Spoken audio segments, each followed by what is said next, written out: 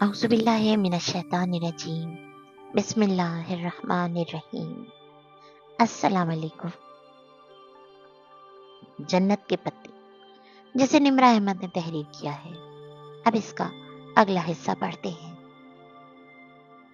آدھی رات گئے اپنے کمرے میں بیٹھی وہ پھر سے اس ڈبے کو الٹ پلٹ کر دیکھنے لگی جہاں ڈالی، پنکی، پاشا احمد، مگر انگریزی میں یہ سارے نام 5 حرفی تھے۔ چھٹا حرف نہیں ملا تھا۔ وہ بار بار اس سطر کو پڑھی گئی مگر کوئی حل نظر نہیں آتا۔ مگر وہ کون سا شخص تھا جس کے پاس ایسے ہر محنت طلب مسئلے کا حل ہوتا تھا؟ وہ ڈبہ لیے بھاگ کر گئی۔ جہان کچن میں کھڑا کاؤنٹر پہ گلاس رکھی پانی کی بوتل اس میں انڈیل رہا تھا۔ وہ اس کے سامنے باکس اس کے ساتھ رکھا۔ یہ مجھے کسی نے دیا ہے اور مجھے اس کا پاسورڈ نہیں معلوم، اسے کھول دو۔ وہ آواز پر چونکا، پھر بوتل رکھ کر ڈبہ اٹھا لیا۔ یہ ہے کیا؟ وہ ذرا چمبے سے الٹ پلٹ کر دیکھنے لگا۔ جو بھی ہے تم اسے کھول دو کسی طرح۔ کھل جائے گا، نو پرابلم۔ وہ ڈھکن اور ڈبے کے بندر آس پر انگلی پھیر کر کچھ محسوس کر رہا تھا۔ تم مجھے ایک بڑا چھرا اور ہتھوڑا لا دو۔ اف، توڑنا نہیں ہے اسے، بلکہ تم تو رہنے ہی دو۔ اس نے خفگی سے ڈبہ اس کے ہاتھ سے واپس لے لیا۔ کیا ہوا؟ میں کھول تو رہا تھا، 1 منٹ مجھے دیکھنا تو دو، میں خود کر لوں گی، تم رہنے دو۔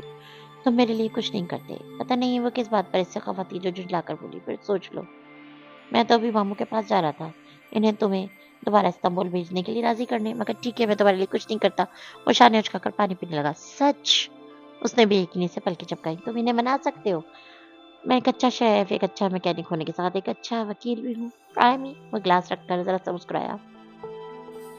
ابا ایک دفعہ اڑ جائیں تو کبھی فیصلہ نہیں بدلتے، تم انہیں کیسے مناؤ گے؟ ویسے تو تمہارا دوبارہ استنبول جانا میرے مفاد میں خطر نہیں ہے، کیونکہ اب تم ہر ٹورسٹ اٹریکشن دیکھنے کے لیے مجھے ہی خوار کرواؤ گی، مگر مجھے لگا تم جانا چاہتی ہو، سو میں ماموں سے بات کرنے ہی جا رہا تھا اور وہ مان جائیں گے۔ ہر وقت وہ نیا کینیا نہ بنانا، تو شاید وہ کبھی نہ مانتے۔ میں اگر بر وقت کونیا کو کینیا نہ بناتا تو شاید وہ کبھی نہ مانتے۔ ہاں، استنبول تو بہت محفوظ شہر ہے، پاکستان میں تو روز بم دھماکے ہوتے ہیں، اور پاکستان میں تو پتہ نہیں لوگوں کے پاس انٹرنیٹ کی سہولت موجود ہے بھی یا نہیں۔ وہ ذرا جل کر بولی۔ وہ بھی نہ کچھ کہے مسکراتا ہوا آگے بڑھ گیا۔ اگلا 1 گھنٹہ وہ کچن میں کرسی پہ بیٹھی جان کا انتظار کرتی رہی۔ بالآخر جب وہ ابا کے کمرے سے نکلا تو وہ تیزی سے اٹھی۔ کیا ہوا؟ پیکنگ کر لو، کل ہی صبح کی فلائٹ سے واپس جا رہے ہیں۔ وہ دھیما سا مسکرا کر بولا، مگر اس شرط پہ کہ فی الحال تم ہمارے ساتھ ہی رہو گی، بعد میں جب اسپرنگ بریک ختم ہو جائے تو بے شک چلی جانا۔ سچ؟ وہ بے یقینی و خوشگوار حیرت میں گھری سے دیکھ رہی تھی۔ ایک تمانت بھرا اس کے پورے وجود میں احساس تھا جو اس کو اپنی لپیٹ میں لے رہا تھا۔ البتہ ایک بات وہ جانتی تھی، استنبول ڈی جے کے بغیر کبھی بھی ویسا نہیں ہوگا جیسا پہلے تھا۔ تمہارا دماغ درست ہے؟ ہاشم نے بے یقینی سے اپنی بیوی کو دیکھا جو بستر کے دوسرے کنارے پہ بیٹھی اسے ہی دیکھ رہی تھی۔ ان دونوں کے درمیان حارث آنکھیں مودے صورت ہے۔ اس کا دایاں ہاتھ ہاشم کے ہاتھ میں تھا۔ ایسا کیا غلط کہہ دیا میں نے؟ وہ جی بھر کے خوف کا شکار ہوئی۔ تم پاگل ہو گئی ہو، تمہارے حواس جواب دے گئے۔ حیرت کی جگہ اب جھنجھلاہٹنے لیتی، حواس تو تمہارے بھی جواب دے گئے ہیں۔ میں تمہیں ایک سیدھا سادہ سوال بتا رہی ہوں اس سارے مسئلے کا۔ تم روز کے 24 گھنٹے بھی کام کرو تو اس رقم کے آدھے لیراز بھی خرچے نہیں کرو گے جو ہمیں حارث کی سرجری کے لیے چاہیے۔ اور ایسے مت دیکھو مجھے۔ آخر میں وہ خفا ہو کر بولی، عبد الرحمن مجھے جان سے مار دے گا، وہ اس کی لڑکی ہے، اور عبد الرحمن کو کون بتائے گا؟ وہ تو مہینہ بھر پہلے انڈیا چلا گیا تھا، تم نے خود ہی مجھے بتایا تھا۔ وہ چمک کر بولی۔ نیم روشن کمرے میں سبز بلب کی مدھم روشنی اس کے چہرے کو عجیب سا تاثر دے رہی تھی۔ وہ انڈیا گیا ہے، مر نہیں گیا جو اسے کبھی پتہ نہیں چلے گا۔ وہ مجھے جان سے مار دے گا سلما، پھر تم اپنی جان سنبھال کر بیٹھے رہو، ہر اس کو مرنے دو، چھوڑ دو۔ غصے سے کہتی اٹھ کر چادریں طے کرنے لگی۔ سلما میں ایسا نہیں کر سکتا۔ اب کہ وہ تسبب سے بولا تو تم کیا کر سکتے ہو؟ تم نے کیا کیا حارث کے لیے؟ میرا بیٹا بہت پیارا ہے مجھے۔ اس نے سوتے ہوئے حارث پہ ایک نظر ڈالی۔ مگر وہ بھی تو کسی کی بیٹی ہے، میں بھی تو کسی کی بیٹی تھی۔ مجھے اس دڑبے میں لا کر پل پل مارنے سے پہلے تم نے سوچا؟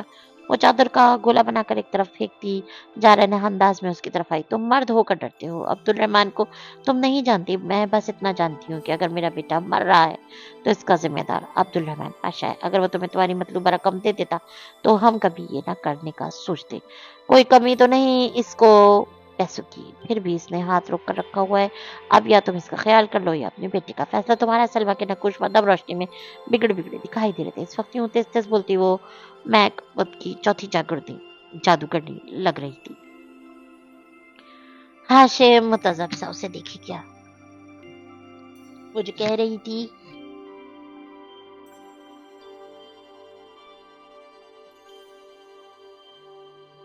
وہ اتنا مشکل تو نہ تھا، مگر وہ جہان کے ساتھ سیدھی اس کے گھر آئی تھی. پھر کھانا کھا کر اس نے اجازت چاہی. اس کا سارا سامان سامان جی کے ڈروم میں رکھا تھا اور جس افراتفری میں وہ گئی تھی سوائے چند چیزوں کے کچھ بھی نہیں اٹھایا تھا. پھپھو نے اسٹارٹ کیا کہ وہ اسپرنگ بریک ختم ہونے تک ان کے پاس رک جائے، مگر وہ کل آنے کا وعدہ کر کے اٹھ کھڑی ہوئی. میں تو پھر کہوں گی کہ رک جاؤ. پھپھو ذرا خفا تھی. پھپھو میں کل آؤں گی نا، پرامیس، اب چلتی ہوں. ٹھیک ہے مگر کل ضرور آنا. جہان ٹیشو سے ہاتھ صاف کرتے ڈائننگ ٹیبل سے اٹھا. اس کی آنکھیں اور ناک گلابی پڑ چکے تھے. سرد اور گرم علاقوں کے مابین سفر کا موسمی اثر تھا کہ استنبول پہنچتے پہنچتے اس کا فلو بخار میں بدل گیا تھا. اور میں تمہیں چھوڑتا ہوں، صرف ٹیکسیم تک چھوڑنا، آگے میں گورسل پکڑ لوں گی. میں سبانجی تک چھوڑ دوں گا، نو پرابلم. وہ چابی پکڑے جیکٹ پہنتے ہوئے بولا. نہیں، اس بخار میں تم سے 45 منٹ کی ڈرائیونگ کرواتی 45 دن تک تو تم جتاتے رہو گے. ویسے بھی مجھ پر تمہارے بہت احسان جمع ہو گئے، اتنے سارے کیسے اتاروں گی؟ وہ اس کے سامنے سینے پہ بازو لپیٹے کھڑی مسکراتے ہوئے کہہ رہی تھی. اتارنے کے لیے کس نے کہا ہے؟ وہ ذرا سا مسکرا کر دروازے کی جانب بڑھ گیا. وہ اس کی پشت کو دیکھ گئی. وہ گزرنے کے ساتھ ساتھ جان کا رویہ اس کے ساتھ نرم پڑتا جا رہا تھا. پاکستان میں پہلے 2 دن تک تو وہ لا تعلق رہا، شاید اس لیے کہ دونوں کو ٹھیک سے بات کرنے کا موقع ہی نہیں ملا تھا. مگر پھر اس نے خود ہی کچھ محسوس کیا. تبھی وہ خود آگے بڑھا اور ان کے درمیان کھڑی سر دیوار ڈھا دی. لیکن کیا وہ اس کے لیے وہ محسوس کر سکتا تھا جو وہ اس کے لیے کرتی تھی؟ کیا اسے ان کا وہ بھولا بسرا رشتہ یاد تھا جس کے متعلق اس گھر میں کوئی ایک بات نہیں کرتا تھا؟ ابھی کچھ دن وہ اس کے گھر رہے گی تو ان سارے سوالوں کے جواب جاننے کی ضرور کوشش کرے گی. اس نے تہیہ کر لیا تھا. تقسیم اسکوائر کا مجسمہ آزادی اسی طرح تھا جیسے وہ چھوڑ کے گئی تھی. مجسمے کے گرد گول چکر میں اگی گھاس پہ سرخ و سفید اور زرد ٹیولپس کے لیے ہر جگہ سالانہ ٹیولپ فیسٹیول کے پوسٹر بھی لگے تھے جو ہر سال کی طرح اس موسم بہار میں بھی استنبول میں منعقد ہونا تھا. ٹیولپ کا پھول استنبول کا سمبل تھا، مگر ان کی دل فریب مہک میں ڈوبا تقسیم اسکوائر حیا کو فضا آلود لگا تھا. وہ بہار اب وہاں نہیں تھی، جیسے ڈیجے نہیں تھی. تم جا رہی ہو، حالانکہ میں چاہتا تھا کہ تم کچھ دن ہمارے گھر رہو. گاڑی روکتے ہوئے جان نے چیرا اس کی طرف موڑے سنجیدگی سے کہا. میں کل آ جاؤں گی، مگر کل تک میں سامان جی اپنا ڈروم بلاک جھیل اور ہر جگہ جہاں میں اور ڈی جے اکٹھے گئے تھے ایک دفعہ پھر دیکھنا چاہتی ہوں. اکیلے، بالکل اکیلے. میں ان بیتے لمحوں میں پھر سے جینا چاہتی ہوں. مت کرو، تمہیں تکلیف ہوگی. بہت تکلیف سہ لی، اب اس سے زیادہ تکلیف مجھے نہیں مل سکتی. اس نے بھیگی آنکھ کا کونا انگلی کی نوک سے صاف کرتے ہوئے کہا تھا. اوکے. اس نے سمجھ کا سر ہلا دیا. اس کے چہرے پہ ابھی تک نقاہت تھی. وہ واقعی بیمار لگ رہا تھا. جہان چلا گیا اور وہ مجسمہ آزادی کے گرد اگی گھاس کے قریب جا کھڑی ہوئی. وہ گھاس کا گول کتنا اراضی دراصل یوں تھا جیسے کوئی چپٹا رکھا گول سا سبز پھول ہو جس کی پتیاں بنی اور پتی کے درمیان ایک سیدھی روش تھی جو مجسمے تک لے جاتی تھی. تقسیم کے ہر پھول، ہر پتھر اور بادل پہ جیسے یاد رقم تھی. وہ اس کا اور ڈی جے کا 0 پوائنٹ تھا، مین اسٹاپ. تقریباً ہر دوسرے دن وہ ادھر ہوتی تھی. گورسلے نے یہیں اتارا کرتی تھی. یہاں سے آگے وہ عموماً میٹرو ٹرین پکڑ لیا کرتی تھی. اس اسکوائر کا چپا چپا انہیں یاد تھا اور ڈی جے کے بغیر سب کچھ ادھورا تھا. اور اس طرف استقلال اسٹریٹ تھی، وہاں سے کی گئی ان کی ڈھیروں شاپنگ جو رائے چلی گئی. استقلال اسٹریٹ آج بھی وہی تھی، بہت طویل، نہ ختم ہونے والی، مگر زندگی ختم ہو گئی تھی. گورسل کی کھڑکی کے شیشے کے پار وہ باس پورس کا عظیم الشان سمندر دیکھ رہی تھی. وہاں سے ایک فیری گزر رہا تھا. اسے یاد تھا جب پہلی دفعہ ان دونوں نے اسی جگہ پل پار کرتے ہوئے نیچے فیری تیرتا دیکھا تھا تو وہ خوشی اور جوش سے پاگل ہو گئی تھی. وہ کبھی بحری جہاز میں نہیں بیٹھی تھی اور صرف اسے دیکھ کر ہی پرجوش ہو گئی تھی. پھر فیری وہیں رہ گیا اور زندگی ختم ہو گئی. دوپہر کی ٹھنڈی دھوپ سبانجی کی دیوار پہ پھیلی تھی.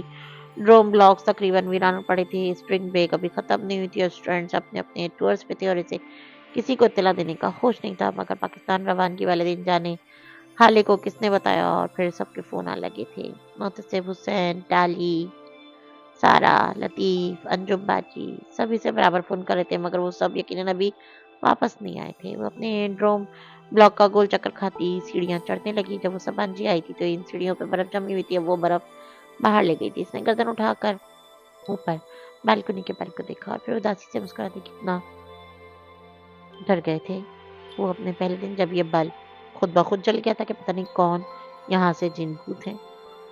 निकले हम वही पाकिस्तानी के पेंडू। हाले को ये बताने पर कि ये टेक्नोलॉजी का करिश्मा है। डीजे इसके जाने के बाद कितनी देर अफसोस करती रही थी। इसने ड्रोम का लॉक खोला। कमरा सुनसान पड़ा था। साफ सुथरे बने हुए बिस्तर में इस पे तरतीब से रखी चीजें डीजे की बैग में अलबत्ता खाली थी। इसकी सारी चीजें हया ने इसके भाई को पैक करके दे दी थी। वो खिड़की में आ खड़ी हुई और स्लाइड खोली। गुड गुड मॉर्निंग इसने कहना चाहा, मगर आवाज गले में अटक गई। आंसू ने इसका गला बंद कर दिया। दूर कहीं किसी ब्लॉक से डीजे को जवाब देने वाले लड़के ने इतने दिन गैर हाजिरी पे कुछ तो सोचा होगा, मगर शायद वो खुद भी स्प्रिंग ब्रेक पे हो। अब वो आएगा तो इसे कोई आवाज नहीं आएगी। इसे क्या मालूम कि अब सारी आवाजें खत्म हो गई। मॉर्निंग डीजे इसने खिड़की में खड़े भीगी बेहद मध्यम आवाज से डीजे को पुकारा। आंसू उसकी पलकों से टूटकर चेहरे पे लुढ़क रहे थे। जवाब नहीं आया था। अब जवाब कभी नहीं आना था। वो पलटकर अपने बैंक की तरफ आई और शाने से पर्स उतार कर अपनी मेज पे रखा। फिर जिप खोलकर अंदर से लकड़ी का वो छोटा सा डब्बा निकाला। इसका जवाब भी इसे ढूंढना था। ओ हया, तुम कब आई? आवाज पे वो चौंक कर पलटी। खुले दरवाजे पे मोहतसम खड़ा तो राहदारी से गुजरते उसे देखकर हैरत से रुका था। आज ही आई हूँ, तुम सब वापस आ गए? इसे गोना अमानियत का एहसास हुआ। वो डब्बा हाथ में लिए इसकी तरफ गई। नहीं, वो सब तो अभी कोनिया में है। मुझे जरा काम था, इसके लिए आया था। वो दानिस्ता लम्हे भर को रुका। मुझे अभी तक यकीन नहीं आ रहा था कि खतीजा इतना अचानक कैसे हुआ। अल्लाह की मर्जी थी मोहतसम। डॉक्टर कह रहा था कि बेरिनिज्म फटे तो ऐसा ही होता है। अचानक से इंसान को कोलैप्स करता है और अचानक मर जाता है। बहुत कम लोगों को चंद रोज कबल दर्द शुरू होता है। डीजे को भी हुआ था, मगर इसने माइग्रेन समझकर नजरअंदाज की रखा और फिर सब खत्म हो गया। दोस्तों को खोना बहुत तकलीफ दे हो सकता है, मैं समझ सकता हूँ। वो दोनों इसी तरह चौकट पकड़े थे। मैं तो तब से यही सोच रही हूँ मोहतसम की जिंदगी इतनी गैर यकीनी चीज है। एक लम्हे पहले वो मेरे साथ थी और अगले ही लम्हे वो नहीं थी। मोमबत्ती के शोले की तरह बेसब्र जिंदगी जो जरा सी फूक से बुझ जाए। लम्हे भर का खेल। यही अल्लाह ताला का डिजाइन है और हमें इसे कबूल करना पड़ता है। ये क्या कोई पजल बॉक्स है? वो इसके हाथ में पकड़े डब्बे को देखकर जरा सोचा। उसने नासमझी से डब्बा उसकी तरफ बढ़ाया। इस पजल बॉक्स तुमने ये कहाँ से लिया? वो डब्बे को उलट पलट कर देखने लगा। किसने दिया है? मगर मैं इसे खोल नहीं पा रही। क्या तुम इसे खोल सकते हो? उसने पूरी उम्मीद निगाहों से मोहतसिम को देखा। मैं इसे देखता हूँ, ठहरो। वो इसके ऊपर नीचे से जायजा ले रहा था। ये कदीम चाइनीज पजल बॉक्स की तरह पर बनाया गया था और इसके ऊपर अमूमन कोई पजल बना हुआ था जिसको सॉल्व करने से ये खुलता था, या फिर कोई 5 हरूफी अल्फाज लगाने से। 1 मिनट, उसे जैसे अचंभा हुआ। 5 नहीं, इस पर तो 6 हरूफ दर्ज है। इस तरह की चीजों पे हमेशा 5 हरूफ होते हैं, मगर शायद इसका जवाब कोई खास लफ्ज हो जिसमें 6 हरूफ पूरे आते हों। मगर अब ये खुलेगा कैसे? वो बेचैनी से बोली। ये तो जिसने दिया है उसी को। वो रुका और ऊपर लिखी सतर को पढ़ने लगा। एक ही दरिया में कोई शख्स 2 दफा नहीं उतर सकता। है तुम्हारा वास्ता किसी साइको से पड़ गया है। ये एक पहेली है और उसे हल करना है, और इसने कहा था कि ये सिर्फ मैं ही हल कर सकती हूँ, और अगर इसे तोड़ा तो ये मेरे किसी काम का नहीं रहेगा। यानी वो चाहता है कि तुम दिमाग इस्तेमाल करो। वैसे ये फिक्रा, वो इस सतर पर उंगली फेरते हुए कुछ सोच रहा था। ये फिक्रा मुझे कुछ सुना सुना लग रहा था। शायद वो जैसे याद करने लगा, उस दिन जब हम जो इन्फॉर्मेशन की क्लास में लिख लिख कर बातें कर रहे थे, तब शायद प्रोफेसर ने ये बोला था। नहीं, मुझे तो ऐसा कुछ याद नहीं। पता नहीं, इसने नफी में से लाया। इंसान की याददाश्त चीज़ों को बहुत रिलेट करती है। हमें एक चीज़ को देख के इससे मुतल्लिका चीज़ें याद आती हैं। खैर जो भी हो, तुम फिक्र न करना, हम इसका कोई हल निकाल लेंगे। अभी तो मैं काम से जा रहा हूँ, देर से आऊँगा। तुम दरवाज़ा अच्छी तरह लॉक कर लेना। आजकल ड्रोम ब्लॉक तकरीबन खाली है। ठीक है? उसके यूँ ख्याल करने पे वो ज़रीला मुस्कुरा दी। वो चला गया तो उसने वाकई में कमरा अच्छी तरह लॉक कर लिया। सवांजी इतनी वीरानती के से अनजाना सा खौफ महसूस होता रहा। कोई इसे देख रहा है। हालांकि पीछे मुड़कर देखने पर इसे सब कुछ मामूल के मुताबिक ही नजर आता था, मगर कुछ था जो इसे बेचैन किए था। रात वो बहुत देर तक लेटे लेटे वो फसल बॉक्स को दोनों हाथों में पकड़े अंगूठे से हरूफ तहज्जी की स्लाइड ऊपर नीचे करती रही। इसने हरूफ के कई लफ्ज बनाए, जोड़े, मगर वो मुकफ्फल रहा। उसे नींद ने कब घेरा इसे इल्म ही नहीं हुआ। पजल बॉक्स इसके गिर्द एक तरफ लुढ़क गया। वो अब भी वैसा ही था, सर्द, जामिद और मुकफ्फल। सुबह वो देर से उठी। नाश्ता करके रात वाले शिकन आलूद लिबास पे ढीला सा स्वेटर पहने, बालों को जूड़े में बांधती वो नीचे आ गई। इसका रुख यूनिवर्सिटी में फोटो कॉपियर की तरफ था। वहां से इसने कुछ नोट्स कई रोज पहले फोटो स्टेट करवाए थे और इन्हें उठाने का मौका ही नहीं मिल सका था। सुबह की चमकीली मगर ठंडी हवा सामान जी के सब्जेदार पे बह रही थी। वो फोटो कॉपियर के पास आई अपने नोट्स उठाए सवंजी के कार्ड से अदायगी की और फिर वापस जाने के लिए पलटी थी से एक मेज पे रखा लावारिस सा रजिस्टर नजर आया। रजिस्टर जाना पहचाना था इसने। सब पहला सब पलटा और उस पे बड़ा बड़ा डीजे लिखा था। ओह डीजे। एक उदास मुस्कुराहट इसकी लबों को चुभ गई। डीजे का नसियान। वो हमेशा अपना रजिस्टर फोटोकॉपियर पर छोड़ जाया करती थी। इसने रजिस्टर उठाया, वो अब इसका था। बाकी चीजें तो वो डीजे की फैमिली को दे चुकी थी, मगर इसकी ये यादगार संभालने का हक तो इसे भी था।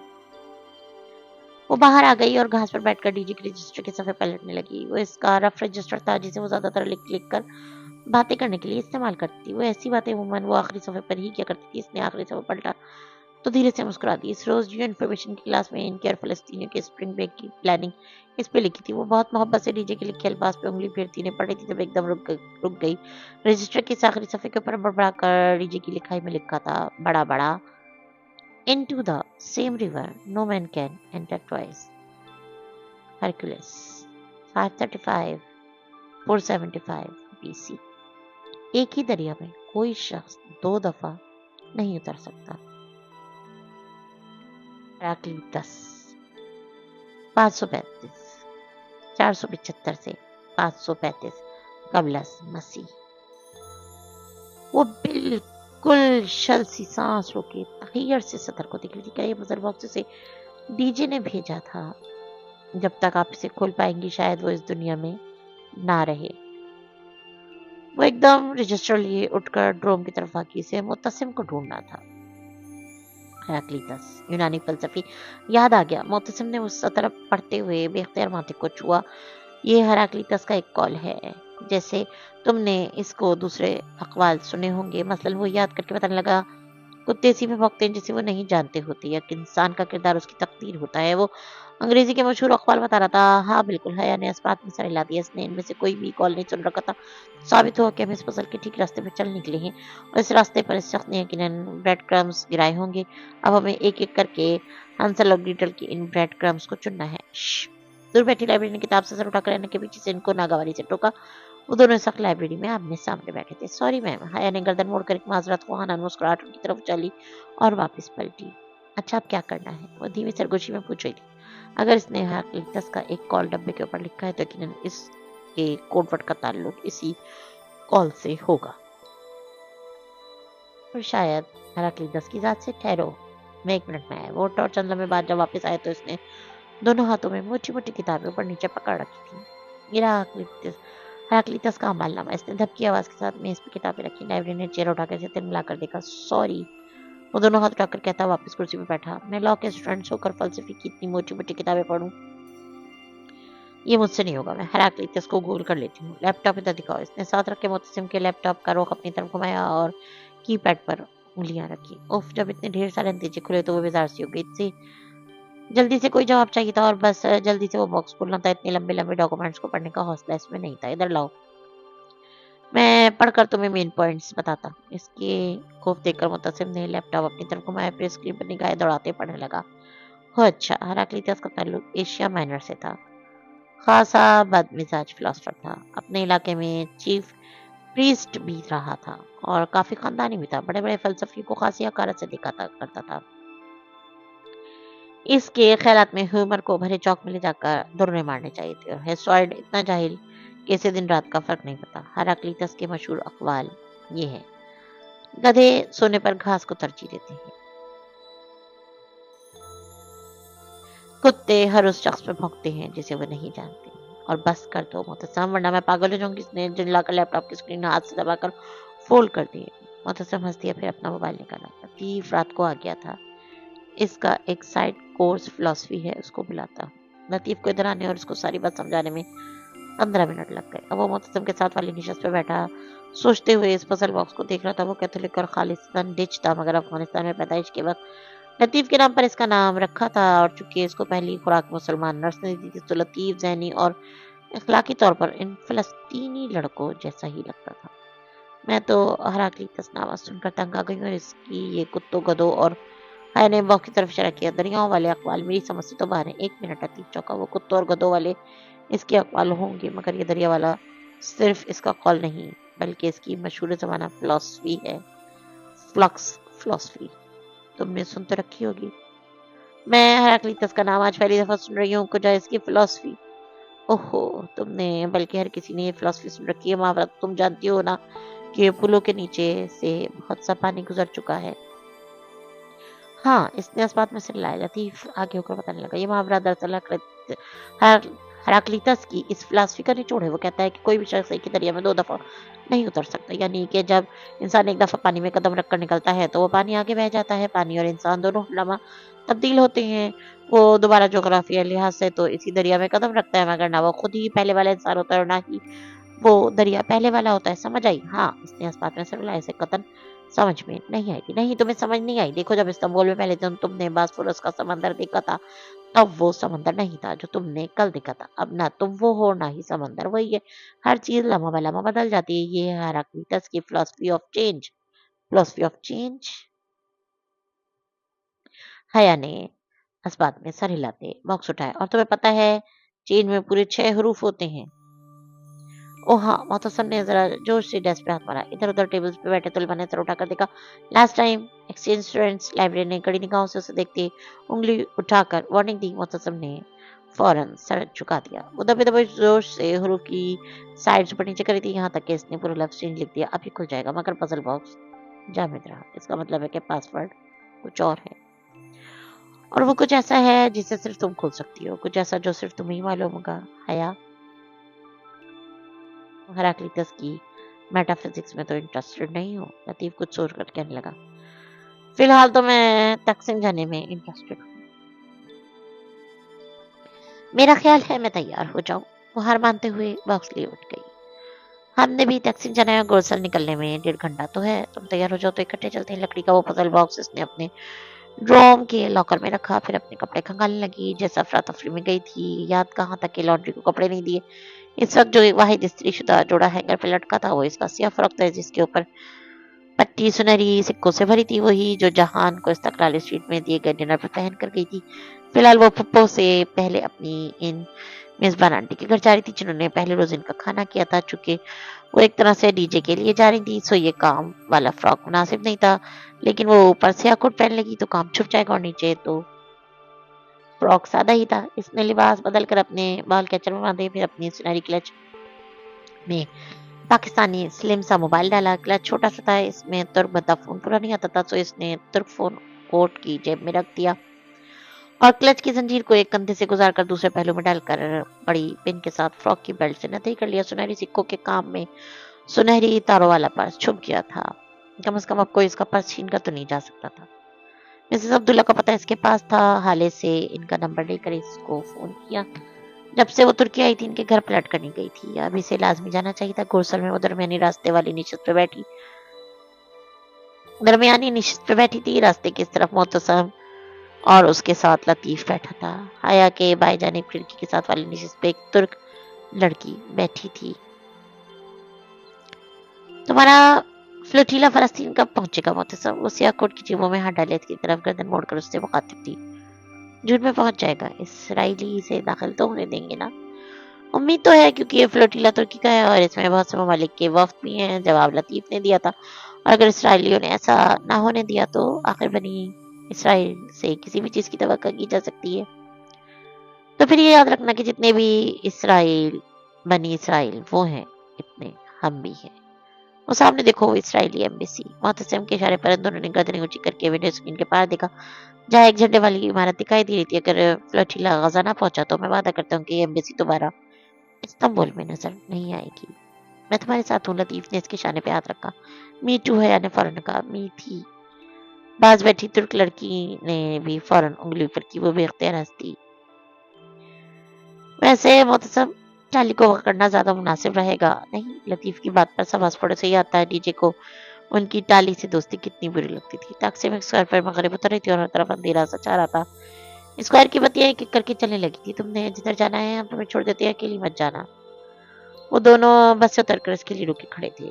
ترکوں کے ساتھ رہ کر تم بھی ترک بن گئے، پرخلوص ترکوں سے راستہ پوچھو تو منزل تک پہنچا کر آتے ہیں۔ مادام آپ کو پتا ہونا چاہیے کہ ان پرخلوص ترکوں کے اس ملک میں ہر سال تقریباً 500 لڑکیاں اغوا کر کے آگے بھیج جاتی ہیں، اور یہ ترکی کا سب سے منافع بخش کاروبار ہے۔ اچھا، اب ڈراؤ تو مت۔ मुझे थोड़ी दूरी जाना है। वो तीनों सड़क के किनारे साथ साथ चलने लगे थे। तुम अपनी आंटी के घर जा रही हो? हाँ, मुझे अपनी होस्ट आंटी के घर जाना है। कुछ दिन बाद जब वापस आऊंगी तो इस पजल बॉक्स का हल ढूंढेंगे। वो तीनों बातें करते हुए ठंडी हवा में साथ चल रहे थे। मुजस्मा आजादी उनके पीछे रह गया था। लाउंज में सोगवारी सी छाई थी। मिसेस अब्दुल्ला और उनके सुर्ख बालों वाली बेटी महर मखमूम सी सामने सोफे पर बैठी थी।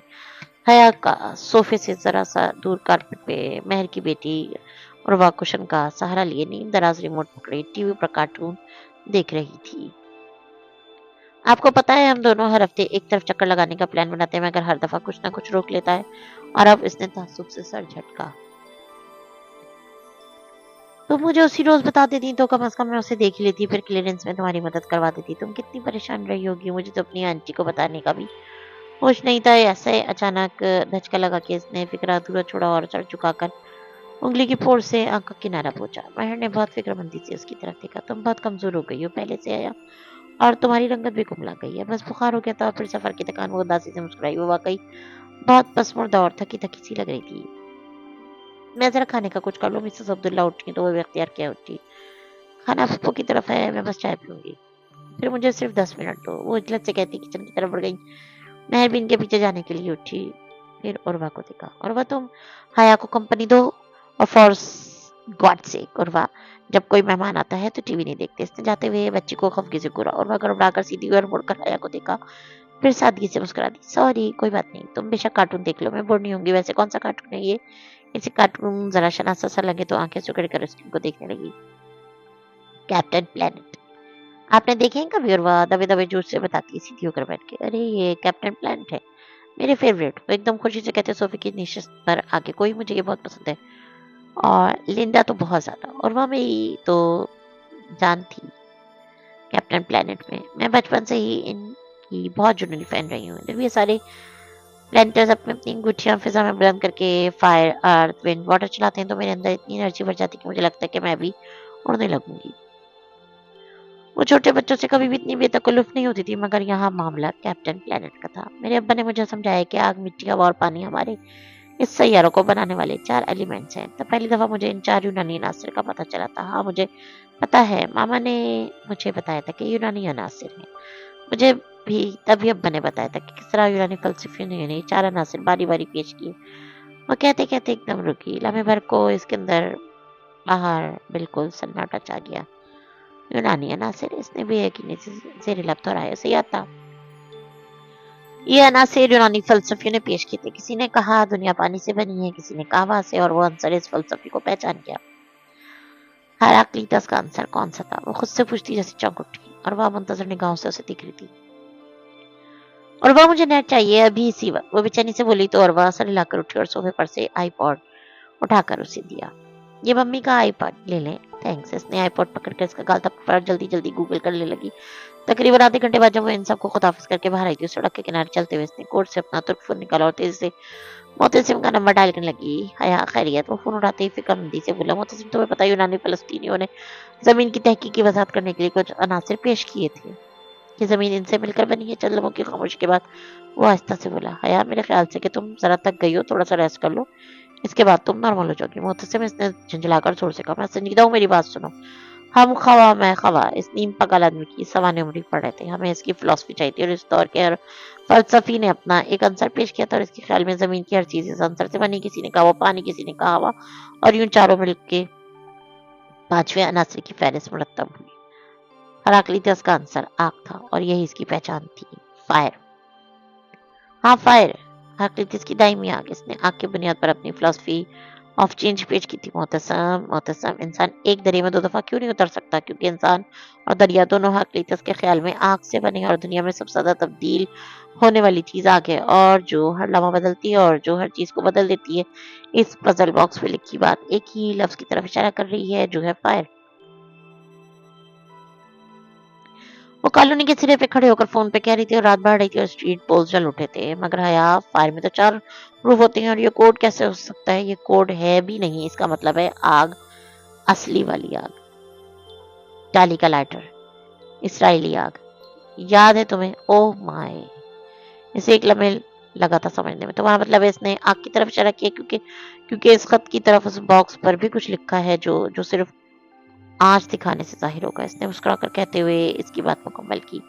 हैरत है, ये ख्याल मुझे क्यों नहीं आया? क्योंकि तुम काफ़ी थक गए हो, ज़रा आराम कर लो, फिर तो नॉर्मल हो जाओगे। वो जवाबन हँस दिया। चलो फिर रात को तुम वापस आओगी तो इस बॉक्स को खोलेंगे। नहीं, मैं आज रात वापस नहीं आऊँगी, मैं आंटी की तरफ रुकूँगी। तुम्हारी आंटी या फिर वो होस्ट आंटी। मैं फिक्र है इसके मुँह में रह के किसी ने इसके कान पे लगा फ़ोन ज़ोर से खींचा था। इसे मुड़ने या चीखने का मौका भी ना मिल सका। किसी ने इसके मुँह पे हाथ रखा और कोई सुई की नोक थी जो इसकी गर्दन के आर-पार कहीं घुपी थी। लम्हे भर का अमल था। इसकी आँखों के आगे अंधेरा और अंधेरे बादल छाने लगे। दिल दिमाग सुन्न हो गए। जो आखिरी बात इसने सोची हुई थी कि इससे पीछे से की तरफ कोई घसीट रहा है और फिर हर तरफ अंधेरा। इसने धीरे से आंखें खोली। न दिक्कत पल के ऊपर कुटी। उन पर जैसे बहुत बोझ सा था। हर सू अंधेरा था, गुप अंधेरा, और वो ऐसे बड़ी थी कि कमर दीवार से लगी थी और घुटने सीने से। वो जैसे एक बहुत तंग तारीख जगह पर बहुत से सामान के अंदर कहीं फंसी बैठी थी। इसने आंखें चंद एक बार झपकाई। मंजर वैसे ही रहा, अंधेरा, तारीकी। बस इतना एहसास हुआ कि वो किसी तंग से कमरे में, जहाँ इसकी दोनों तरफ वजनी चीजें रखी थी। इसने कोहनियों के बल उठना चाहा तो दाएं हाथ में खिंचाव था। इसने हाथ खींचना चाहा, जरा सा लोहा खनका। इसकी दाएं कलाई में हथकड़ी डाली थी और वो दीवार से बंधी थी। इसने जोर से कलाई को झटका, मगर बेसूद इसके सर और कमर में बेतहाशा दर्द हो रहा था, जैसे कोई चोट लगी हो। वो मुश्किल वो अपने आप पर काबू पाते हुए दूसरे हाथ के सहारे जरा सी सीधी होकर बैठी। बाएं जानिब कोई बोझ सा इसके ऊपर गिरने लगा। इसने आजाद हाथ से उसे परे धकेला तो वो नरम सा बोझ दूसरी जानिब जरा सा लुढ़क गया। हया ने गर्दन मोड़ी। दर्द की एक टीस बेख्तियार उठी इसके लबों से, कर रहा निकली। पीछे दीवार लकड़ी के पट्टों से बनी थी और पट्टों में बारीक सी दर्जें थी। अब जरा आंखें अंधेरे की आदी हुई तो इसे नजर आए इन दर्जों से रात की तारीकी में जर सी रोशनी झाँक रही थी। वो बदिक्कत चिल्ला इसके दर्ज के करीब लाई और आंखें सुकेड़ कर झाँका। बाहर हरसू समंदर था। सिया पानी जो रात के इस पहर जर्द रोशनियों में चमक रहा था, बल्कि पुल की रोशनियां। हाँ, वो पुल ही था। वो बांसपुरस के समंदर पे बने इस पुल के आस पास ही कहीं थे, मगर वो बांसपुरस ब्रिज नहीं था। वो जरा मुख्तलिफ लग रहा था। शायद वो ठीक से देख नहीं पा रही। बाएं तरफ मौजूद फिर से उस पे लुढ़कने लगा। इसने कोफ से उसे परे धकेला। कोई बोझ था जो बार बार उस पे लुढ़क रहा था। तो इसका हाथ नम हो गया। वो नम हाथ चेहरे के करीब गया और दूर से आती रोशनी में देखना चाहा। इस नमी का रंग तो नजर नहीं आया, मगर वो खून था। वो तो मुतवहिश सी होकर हाथ अपने कपड़ों से रगड़ने लगी। इसका कोट इसके जिस्म पे नहीं था। जो वाहिद ख्याल से इस वक्त आया वो बहुत तकलीफ था। अब्दुल रहमान पाशा ने अब कर लिया था। जोर जोर से वो अपना हाथ सुनहरी सिक्कों से रगड़ रही थी। जब इसकी उंगलियां जरा भारी सी चीज से टकराई तो वो ठहर गई, से टूला। इसका छोटा सुनहरी क्लच जो फ्रॉक की बेल्ट के साथ नहीं था। इसके सर में दर्द से टीसी उठ रही थी। इसके जहन में वो की आखिरी गुफ्तगू गूंज रही थी। इसने शाम में ने यकीन दिलाया था कि रात के खाने पर वो इनके साथ होगी। अब जाने कौन सा वक्त अब ने इसका इंतजार किया होगा। इसे ना पाकर क्या इनके जहन में आया होगा कि वो अखबार होगी। इसने अपने आजाद हाथ से क्लच खोला। अंदर इसका पतला सा पाकिस्तानी फोन रखा था। इसने इसका फोन क्यों नहीं लिया? वो समझ गई थी। इसका तुर्क फोन खींच कर इसने समझा होगा कि वो इस राब्ते के जरिए से महरूम कर चुका है और फ्रॉक के साथ में ठीक क्लच पर हम रंग होने के बाद किसी ने गौर नहीं किया होगा। इन्हें मालूम नहीं था कि इसके पास दो फोन थे, मगर अब्दुल रहमान पाशा को तो मालूम था। लेकिन इसने स्क्रीन को छुआ, रोशन हो गई। बंद कमरे में मध्यम सी सफेद रोशनी जल उठी। इस मोबाइल में महविश की मिली वाले रोज ही इसने बैलेंस डलवाया था और ये पाकिस्तानी नंबर था जिसकी रोमिंग ऑन थी। मालूम नहीं कितने पैसे बचते, एक कॉल तो होगी। इसने धड़कते दिल के साथ बैलेंस चेक किया। इसमें इतने ही पैसे थे कि वो तुर्की किसी नंबर पे 30 सेकंड की कॉल कर सकती थी, बस। इतनी सी देर में वो जहान को अपनी सूरत हाल समझा सकती थी। वो जल्दी जल्दी फोन बुक नीचे करने लगी। जेब में जहान का नंबर नहीं था। इसने सी में देखा, वहां भी नहीं था। वो जरा हैरत से सभी का नाम तलाश करने लगी। इनका नंबर भी गायब, बस पाकिस्तानी नंबर थे। क्यों? इसने दुखते सर के साथ सोचना चाहा। तब एक जमाके से याद आया, ये पाकिस्तानी फोन था और तुर्की के सारे नंबर इसने अपने तुर्क फोन में महफूज कर रखे थे। वो घर फोन करके अपने अगवा का नहीं बता सकती थी और ना इतना बैलेंस था कि इन्हें कॉल करके जान का नंबर लेती। 30 सेकंड की कॉल इससे जाया नहीं करनी थी। इसने आंखें बंद करके सर दीवार से लगा दिया। वो सोचना चाहती थी फरार का कोई रास्ता, मदद की कोई सूरत, और तभी इसने लकड़ी की दीवार के पार वो आवाज सुनी। अरबी में तेज तेज बोलता एक आदमी जैसे दूर से चलता हुआ उसकी तरफ आ रहा था। पाशा तुम्हें जान से मार देगा अगर इसे इल्म हुआ कि तुम इसकी लड़की को उठा लाए।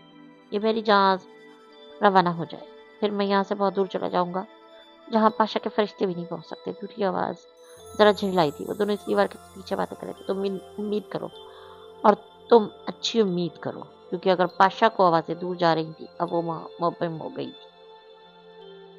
इसने इनकी बातों पे गौर करना चाहा। वो पाशा का जिक्र कर थे, कुछ ऐसा जो इसके इल्म में नहीं था। मेरे जहाज की रवानगी और पाशा की लाइलमी तो क्या पाशा के कहने पे अगवा नहीं की गई थी? वो कितनी देर अपने दर्द करते सर के साथ सोचने की कोशिश करती थी, मगर कुछ समझ नहीं आ रहा। इसने हाथ में पकड़े फोन को देखा। इस फोन में तुर्की का एक ही नंबर था। जब वो रेस्टोरेंट में अपने तुर्क मोबाइल पर छोड़ के गई थी तो इसे पाकिस्तानी फोन पर पाशा ने कॉल किया था। इसने वो नंबर महफूज नहीं किया था, मगर वो कॉल लॉग में पड़ा था। इसने कपकपाती उंगलियों से लॉक खोला। वो खाली था। सिर्फ एक कॉल थी जो तुर्की के आते ही अब्बा ने उस नंबर पे की थी। बाकी लॉग इरम ने मिटा दिया था। इसका सर घूमने लगा। हर तरफ अंधेरा था, हर रास्ता बंद, हर दरवाजा बंद। वो 30 सेकंड की कॉल किसको करेगी? सारे इमरजेंसी नंबर्स तुर्क फोन में थे और तुर्की के दूसरे नंबर इसे जबानी याद नहीं थे। फोन नंबर हयात सुलेमान को कभी जबानी याद नहीं रहते थे। बोझ फिर से इस पे लुढ़कने लगा। इसने मोबाइल की रोशनी उस पे डाली और एकदम बिल्कुल छल रह गई। वो लंबे सुनहरे बालों वाली एक लड़की थी जो इस पे गिरी थी। इसके मोड़ कंधे से खून निकल रहा था। बगैर आस्तीन की कमीज से झलकते इसके सुनहरे बाजू पे कुछ लिखा था। इसने पटी पटी आंखों से उसे देखते हुए इसके बाजू पे मोबाइल की रोशनी की। वहां से रंग से अंग्रेजी में लिखा था नताशा। शायद इसका नाम था और वो इसके नाम का एक बदसूरत सा टैटू था या जला हुआ कोई दाग। उसने मोबाइल की रोशनी इधर उधर दौड़ाई। इस छोटे से दड़बे में हर तरफ लड़कियां थी, एक दूसरे के ऊपर गिरी हुई, बेहोश बेसुध पड़ी। किसी के चेहरे पे नील थी तो किसी के बाजू पे खराशे या जमा हुआ खून। खून की बू और सर में उठता शदीद दर्द। इसका जी एकदम अतलाने लगा। इसे महसूस हुआ वो फिर से होश खो देगी।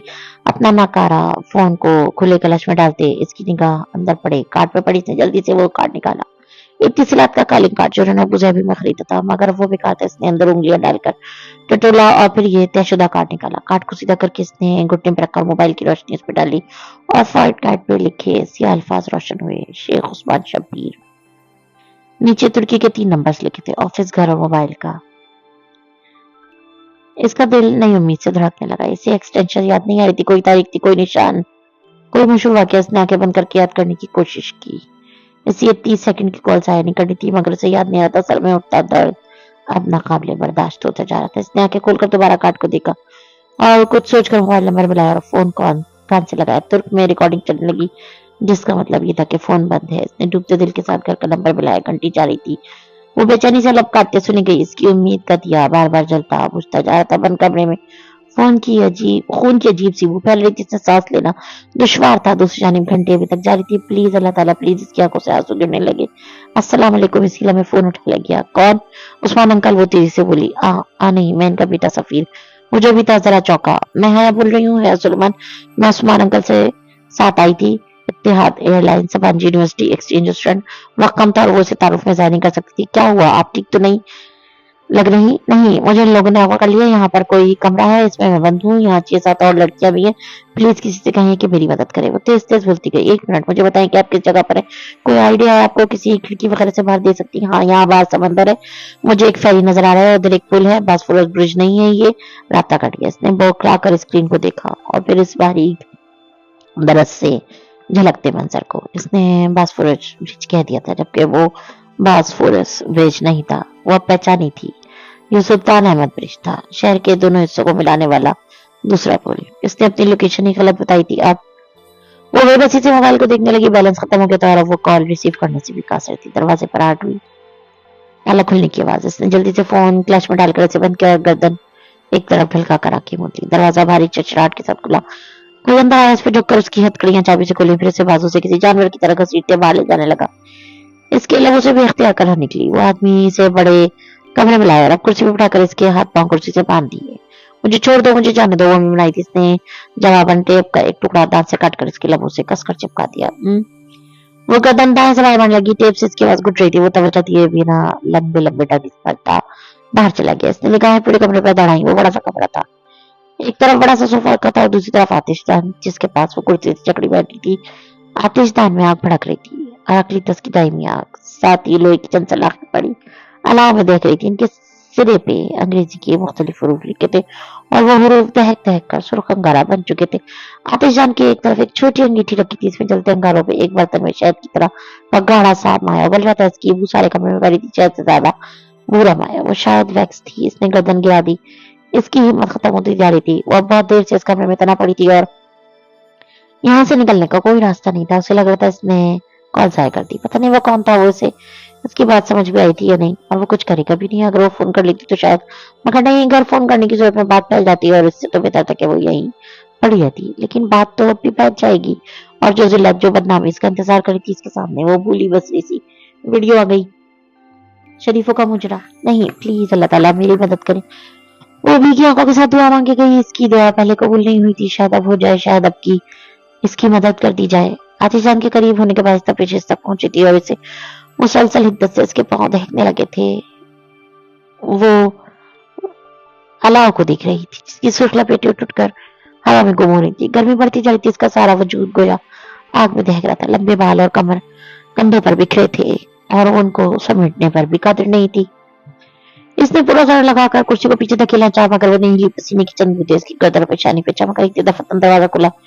उसने गर्दन मोड़कर देखा। वो एक पस्ता कैद चीनी नकुश का हामिल शख्स था। इसके हाथ में एक छोटा सा बैग था, जिसे इसने कमरे में दाखिल होते ही मेज पे रखा। फिर इसकी तरफ आया, एक हाथ से कुर्सी का रुख अपनी जानिब मोड़ा और हाथ से डक टेप का किनारा पकड़कर खींच कर उतारा। आहा, नताशा। वो करीब देखने पे कोई रूसी लगता था। मैं नताशा नहीं हूँ, प्लीज मुझे जाने दो। एक उम्मीद सी बंधी हुई इसे किसी और के धोखे में पकड़ लाए थे। ना, you are Natasha. English English. All right all right. वो इस बात में सरेला का मुस्कुराता हुआ नीति की तरफ बढ़ गया। प्लीज मुझे जाने दो। इसकी पुश को देखते हुए मेहनत भरे लहजे में बोली। वो आग के सामने खड़ा था। तपिश का रास्ता रुक गया। जरा सा सुकून मिला। पूरी country, tourist girl, poor people, poor country. वो नफी में सर हिलाकर एक सलाख उठाए इसे अलट पलट कर देख रहा था। मेरा बाप अमीर आदमी है, वो तुम्हें तावान की रकम दे देगा। So Natasha, you want English name? वो टूटी फूटी अंग्रेजी में कहता इसकी तरफ पलटा और जवाब दिए बिना यकटी की सलाख को देखेगी, जिसपे लिखा एम देख रहा था, या शायद वो डब्ल्यू था। वो सलाख क्यों देखा था, किस लिए? खौफ से इसके अंदर सर उठाने लगा। इसे भी अख्तियार इसका में बेसुध पड़ी लड़की का बाजू याद आया। वो टैटू नहीं था, वो लम्बे मर में जम गई। You know you want English name? वो इसके बिल्कुल सामने आ खड़ा हुआ। नो नो, वो बेयकीनी से लंबे में सर हिलाती बढ़ाई। Now this is your name. वो सलाख दहकता लोहा इसके करीब लाया। नहीं नहीं, वो गर्दन दाएं बाएं हिलाती जोर से चलने लगी। वो इसे उस गर्म लोहे से दागने लगा था। इसका चेहरा खौफ दहशत से सफेद पड़ गया। योर नेम, इसने जताकर कहते सलाख खया के बाजू के करीब की, जहां फ्रॉक की छोटी आस्तीन खत्म होती थी। कंधे से जरा नीचे वहां वो सलाख करीब ले गया। इसे देखते अंगारे की हिद्दत महसूस हुई। वो तड़प कर इधर उधर सरवरने लगी। नहीं प्लीज नहीं। इसी लम्हे इसने दिल से दुआ की थी कि कोई आ जाए, उसकी पस्ता खदूसी से इसे निजात दिलाए। कोई आ जाए, चाहे वो अब्दुल रहमान बादशाह ही क्यों ना हो। कोई तो रूसी ने देखता हुआ लोहा इसके बाजू के ऊपरी हिस्से पर रख दिया। वो बुरी तरह से बिलबिला उठी। इसके हलक से एक बिलखराश चीख निकली थी, मगर वो इसी तरह जोर देकर सलाख दबाए खड़ा था। अंदर से मांस जलने लगा था। वो रूह में उतर जाने वाली, जख्म कर देने वाली बदतरीन जलन थी। वो चीख रही थी, वो रो रही थी। चंद लम्हे बाद इसने सलाख हटा ली। वो मुकम्मल तौर पर जल गई थी।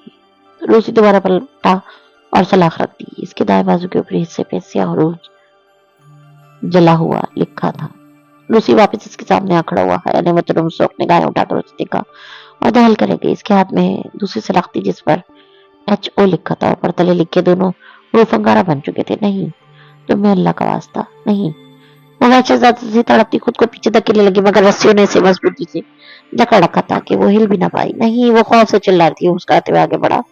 स्याह दागे गए हरूफ तले सुर्ख सलाख काटती खोलता हुआ गरम दर्द दहकते अंगारे आग इसकी तकलीफ की आखिरी हद को छूने लगी। वो दर्द से कुटी कुटी सी चीख रही थी। लगा वो इस तकलीफ से मरने वाली है। वो जिस्म के अंदर तक घुसकर जला देने वाला दर्द था। चल लम्बा बाद इसने सलाख हटाई तो हया की गर्दन बेदम सी होकर एक जानिब ढलक गई। इसका तनफ्फुस आहिस्ता आहिस्ता चल रहा था। तकलीफ से वो होश खोने वाली थी। इसका चेहरा आंसू से भीगा था, मगर मजीद रोने की सकत वो खुद में नहीं पाती थी।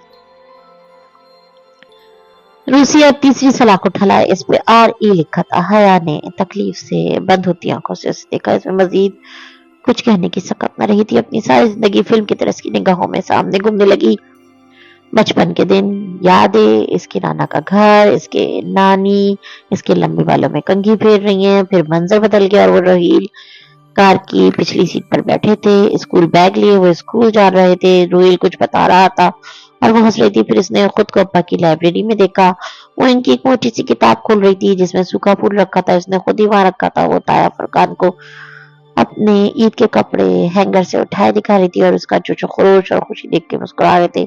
रोहिल उसके साथ लॉन में भाग रहा था। इनके आगे दो खरगोश दौड़ रहे थे, दौड़ दौड़ कर थक गई थी। इसके लंबे बाल कमर पे बिखरे थे। खरगोश घास पर दूर भागते जा रहे थे। सफेद नरम नरम से खरगोश। रूसी ने गरम सलाख इसके बाजू से मस की, खौलन सी इसके अंदर उतर गई। अगले ही पल इसने करंट खाकर सलाख हटाई। कहीं फोन की घंटी बजी थी। खरगोश गायब हो गए। दर्द हर शय पे गालिब हो गया। वो पहली 2 दफा से कई गुना ज्यादा शदीद दर्द था, क्योंकि सलाख जल्दी हटाने की वजह से जल्द पूरी नहीं चली थी और हंसियात बाकी थी। इसे लगता था इसकी हिम्मत खत्म हो गई है, मगर वो फिर से रो रही थी। Phone, your phone. आवाज के ताकुब में वो आगे बढ़ा। उसकी फ्राक की बेल्ट से लगा पर्स नोचा। सेफ्टी पिन टूट गई, कपड़ा फट गया। तेजी से पर्स खुला, फोन निकाला। वो जोर जोर से बज रहा था। शदीद तकलीफ में जो पहली बात इसके जहन में आई थी वो यही थी कि इसका फोन रोमिंग पे था और बैलेंस खत्म। फिर फोन कैसे बजा? रूसी कभी भी यकीनी से उसे दिखता, कभी फोन को। फिर इसने फोन काम से लगाया। दूसरी तरफ से कुछ कहा गया। इस पर इसने जल्दी से फोन बंद किया और पूरी कोशिश से दीवार से दे मारा। फोन की स्क्रीन चकनाचूर होती जमीन पे जा गिरी। You called someone. वो हैचू की तरह इसमें झपटा और गर्दन के पीछे से बाल दबोचकर इसका चेहरा सामने किया। हया ने नींद जान डाल आंखों से इसको देखा और फिर उसके मुंह पे थूक दिया। वो भी बुला का पीछे हटा, उसके बाल छोड़े और अंगीठी पर दहकता बर्तन हैंडल से उठाया, खोलती हुई वैक्स। यू बीच वो गुस्से में मौका लजात भगता उसके करीब आया। बर्तन उसके सर के ऊपर ऊंचा किया। No no. इसकी आंखें खौफ से फैल गई। मेरे बाल। इसके लबों से बस इतना ही निकल पाया कि रूसी ने बर्तन इसके सर पर उलट दिया। गरम खोलती हुई वैक्स तेजी से इसके बालों की मांग पर गिरी और हर तरफ से नीचे लुढ़कने लगी। इसकी दिलखराश चीख निकली। उगलते माथे ने इसके सर की जिल्द को तो गला दिया था। बाजू का दर्द गायब हो गया। वो वहशीन अंदाज में जोर जोर से चीख रही थी, अपने हाथ छुड़ाने की कोशिश करी थी और वो भी चीख रहा था। और तब इसने जोर से इसकी कुर्सी को धक्का देकर उलट दिया। वो कुर्सी समेत भी मुंह जमीन पर जा गिरी, आतिश दान के बिल्कुल करीब। कमरे में धुआं सा बढ़ने लगा। वैक्स इसके सर पे जमने लगा। इसका सर बेहद मसनी हो गया। आंखें बंद हो रही थी। इसके मुंह से खून निकल रहा था। कमरे में धुआं बढ़ता जा रहा था। आतिशदान से आग की लिपटे लपक लपक कर उसकी तरफ आ रही थी। इसने जमीन पे गिरे गाल फर्श पे रखे बंद होती आंखें से इस धुंधले मंजर को देखा। धुएं के इस बार कोई रूसी का सर पकड़कर दीवार से मार रहा था। चीखे, धुआं, आग, खून। इसका पूरा जिस्म आग में दहक रहा था। जो आखिरी शय इसने देखी वो इसका सियाह फ्रॉक का दामन था। आग की एक लपेट ने इसको छू लिया था। इसने सियाह कपड़े को जर्द शोले में बदलते देखा। हर तरफ धुआं था। वो जानती थी कि वो मर रही थी। इसके सफेद खरगोश इस धुएं में गायब हो रहे थे। वो जलकर मर रही थी। हराकली तस की दायमी आग हर सू फैल रही थी। इसने धीरे से आंखें खोली। वो सफेद छत इसकी निगाहों के सामने थी, जिसपे खूबसूरत नक्श निगार बने थे। दरमियान में एक कीमती वफा नफीस फानूस लटक रहा था। इसका सर एक नरम गदास तकिए पे था और मखमली कंबल गर्दन तक डाला था। इसने खाली सी निगाह कमरे पर दौड़ाई। वसीवरी पुरतैश बेडरूम, एक दीवार गिर खिड़की के आगे बराबर किए गए सफेद जालीदार पर्दे जिससे सुबह की रोशनी छन छन कर अंदर आ रही थी। इसने आगे फिर से मोड़ लिया और उन पर बाजू रख लिया। इन गुजरे दिनों में सोती जगती कैफियत में वो बहुत रोई थी, बहुत चिल्लाई थी। कमरा उसने देखा था। वो इधर ही लाई गई थी। हाथ से लगी ड्रिप अपने बालों में नरमी से चलते इस बुरी आंखों वाली लड़की के हाथ वो इंजेक्शन नींद बेहोशी से टूटा सा सब याद था। और इस डूबती उभरती नींद में भी वो जानती थी कि वो बेकदा में है, अब्दुल रहमान पाशा के सफेद महल में। दरवाजे पर धीरे से दस्तक हुई और वो फिर हल्की से चिड़चिड़ाहट के साथ खुला। कदमों की नरम सी आवाज बैठ के करीब आई। इसने आंखों से बाजू नहीं हटाया। वो जानती थी ये कौन थी। सुबह बखैर। नींद पूरी हो गई तो उठ जाओ, नाश्ता कर लो। नींद अच्छी है, लेकिन ज्यादती अगर अच्छी चीज की भी हो तो नुकसानदेह होती है। ये खीरे का सूप है और साथ नाश्ता। हया हनूज आंखों पे बाजू रखे लेटी रही। और ये अब्दुल रहमान की कॉल है। वो तुमसे बात करना चाहता है। इसने बाजू चेहरे से हटाया। सब्ज स्कार्फ चेहरे के गिर्द लपेटे, नीचे सुरमई और गुलाबी फूलदार स्कर्ट पे लंबा सा सफेद स्वेटर पहने वो हाथ में पकड़ा कॉर्डलेस फोन उसकी जाने बढ़ाते हुए कह रही थी, लो बात करो।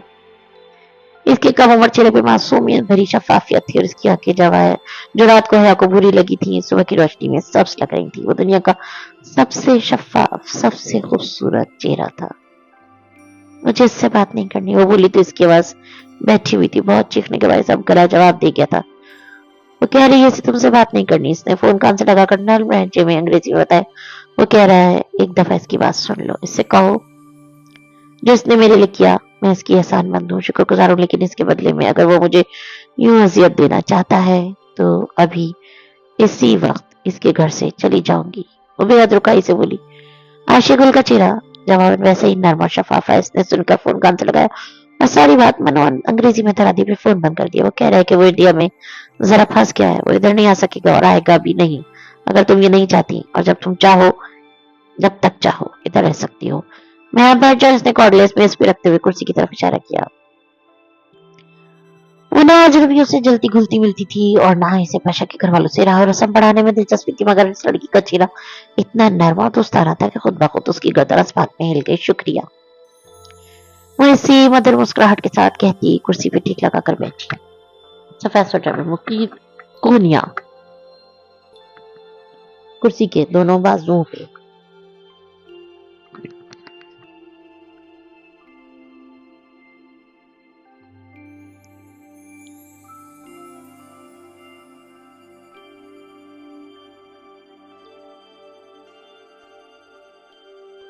दोनों कोहनियां कुर्सी के दोनों बाजू पे रखी और हथेली को एक दूसरे में फंसाए आदतन अपनी अंगूठी उंगली में घुमाने लगी। तुम्हारी तबीयत अब कैसी है? ठीक है। वो कोहनी के बाल जरा सा सीधी होकर बैठ गई थी। तुम अब्दुल रहमान की तरफ से परेशान मत होना, इसने कहा है कि नहीं आएगा तो नहीं आएगा। जो इसने तुम्हारे लिए किया वो इसका फर्ज था। सफीर की फैमिली से हमारे पुराने ताल्लुकात हैं। जब तुमने सफीर को फोन किया तो इसने फौरन अब्दुल रहमान को अप्रोच किया। यूं पुलिस की मदद लेकर वो तुम्हें वहां से निकाल लाए। मुझे किसने अगवा किया था? वो बहुत देर बाद बस इतना कह पाई। यहाँ बहुत से ऐसे गिरोह हैं जो रूस, मोल्दोवा और यूक्रेन से लड़कियां अगवा करके, याद होगा, या धोखे से इधर लाते हैं। इसके अलावा इन टूरिस्ट लड़कियों को जिनका ताल्लुक किसी गरीब मुल्क से हो, इनके घर वाले तुर्की आकर ज्यादा देर तक केस का ताकुब न कर सकेंगे, उनको भी अगवा करते हैं। एक दफा इनके पास पहुंचने के बाद सब लड़कियां नताशा बन जाती हैं और ये इन नताशास को आगे बेच देते हैं और इनसे वाइट स्लेवरी करवाई जाती है। इसने तकलीफ से आंखें मूंद ली। से याद आ गया था नताशा तुर्की में काम करने वाली रूसी कॉल गर्ल को कहते हैं। तुम छोड़ो ये सब, अपने घर फोन कर लो। 2 दिन हो गए हैं, तुम्हें इनको अपनी खरीद की इत्तला तो देनी चाहिए। इसने जवाब नहीं दिया, बस खाली खाली निगाहों से खिड़की के जालीदार पर्दे को देखती रही जो हवा से होले होले फड़फड़ा रहा था। इसके पास जवाब था भी नहीं। मैं और बाहर जंगल तक जा रहे, तुम चलोगी? इसने बिना तरद्दुद के नफी में गर्दन हिला दी। आयशा के चेहरे पर जरा सी उदासी फैल गई। चलो, जैसे तुम्हारी खुशी आज नहीं तो कल जरूर हमारे साथ चलना। इसने फौरन खुद ही नई उम्मीद ढूंढ निकाली और उठ खड़ी हुई। नाश्ता जरूर करना, मेहमान भूखा रहे तो मेजबान का दिल बहुत दुखता है। शगुफ्तगी से कहते हुए इसने कुर्सी वापस रखी और बाहर चली गई। यानी कम्बल उतार कर उठकर पाँव नीचे रखे, नरम गुदास कालीन में पाँव को धस से गए। वो अपने पैरों पर खड़ी हुई तो कमर में दर्द की लहर उठी। कुर्सी समेत गिरने से इसके कंधों, कमर और घुटनों पर बहुत सी चोटें आई थी। वो कालीन पे नंगे पाँव चलती ड्रेसिंग टेबल के कदावर आईने के पास जा खड़ी हुई। इसका अक्स बहुत थका थका नक्का ज्यादा सा लगता था। दोनों आंखें तले हल्के, एक आंख के नीचे गहरा जामनी सा नील, पेशानी पे चंद खराशे, थोड़ी पर बड़ी सी खराश, होंठ का दाया किनारा सूजा हुआ और इसने उंगलियों पर से नीचे अपने बालों पर फिरी। वो वैसे ही थे, इतने लंबे, इतने ही घने, मगर इनकी चमक हो गई थी। वो रेशमीपन जो इनमें हमेशा चमकता था वह नहीं थे। जाने कैसे आयशा ने वो वैक्स उतारी और इस दौरान कितने बाल टूटे वो नहीं जानती थी। वैक्स धुल गई थी, मगर जो तकलीफ इसने सही थी वो ऐसे नहीं धुल सकती थी। पुलिस या पाशा के बंदे जो भी इस वक्त दरवाजा तोड़कर अंदर आए थे, उन्होंने इसके फ्रॉक के दामन को आग पकड़ते ही बुझा दिया था। मगर जितना वो मस्तक दुरुस्ती से जला चुका था, हया को लगा वो जलन सारी तकलीफ देती रहेगी सारी जिंदगी। वो इस वक्त ढीले ढाले अस्पताल के गाउन में थी। इसने दाएं आस्तीन दूसरे हाथ से ऊपर कंधे तक उठाई। बाजू के ऊपरी हिस्से पे ऊपर से नीचे सियारा की तरह लिखे 3 रूप से वैसे ही थे, WHO। बाकी के 2 रूफ आ रही चूंकि दागे ठीक से नहीं गए थे इसलिए इन पर छाला सा बन गया था। छाला खत्म होने के बाद इनका निशान नहीं रहना था, जो रह गया था वो WHO था। हु इसने ज़रा लब दोहराया। वो कौन थी? क्यों किसी दूसरे के घर यूं पड़ी थी, वो भी एक ऐसे शख्स के घर जिसको वो सख्त नापसंद करती थी। इसका घर कॉल करने या वापस पानी जाने का दिल क्यों नहीं चाहा? शायद इसलिए कि इस रात वो उसका इंतजार कर रही थी। उन्होंने इसके नहाने पे इन 2 दिनों में हर जगह पता किया होगा। अब तक पाकिस्तान में ये बात पहुंच गई होगी। क्या अब वो कभी वापस जा सकेगी, इज्जत से जी सकेगी, किसी को मुंह दिखा सकेगी? क्या अब्बा तहफुर खान और सायमा ताई का सामना कर सकेंगे, या इसने अपने माँ बाप को सारे खानदान में बेइज्जत कर दिया था? कौन इसकी दुहाई सुनेगा कि वो भागी नहीं थी, अगवा हुई थी। इस खानदान में और उसके मुल्क में अगवा होने वाली लड़की और घर से भागने वाली लड़की में कोई फर्क नहीं समझा जाता था। इसे लगा शरीफों का मुजरा भरे बाजार में चला दिया गया था। वो वाकई बदनाम हो गई थी। वो खिड़की में आ खड़ी हुई जालीदार पर्दा हटाया, फिर खिड़की के बट खोल दिए। समंदर की सरबर्फीली हवा इसके चेहरे से टकराई और खुले बाल पीछे को उड़ने लगे।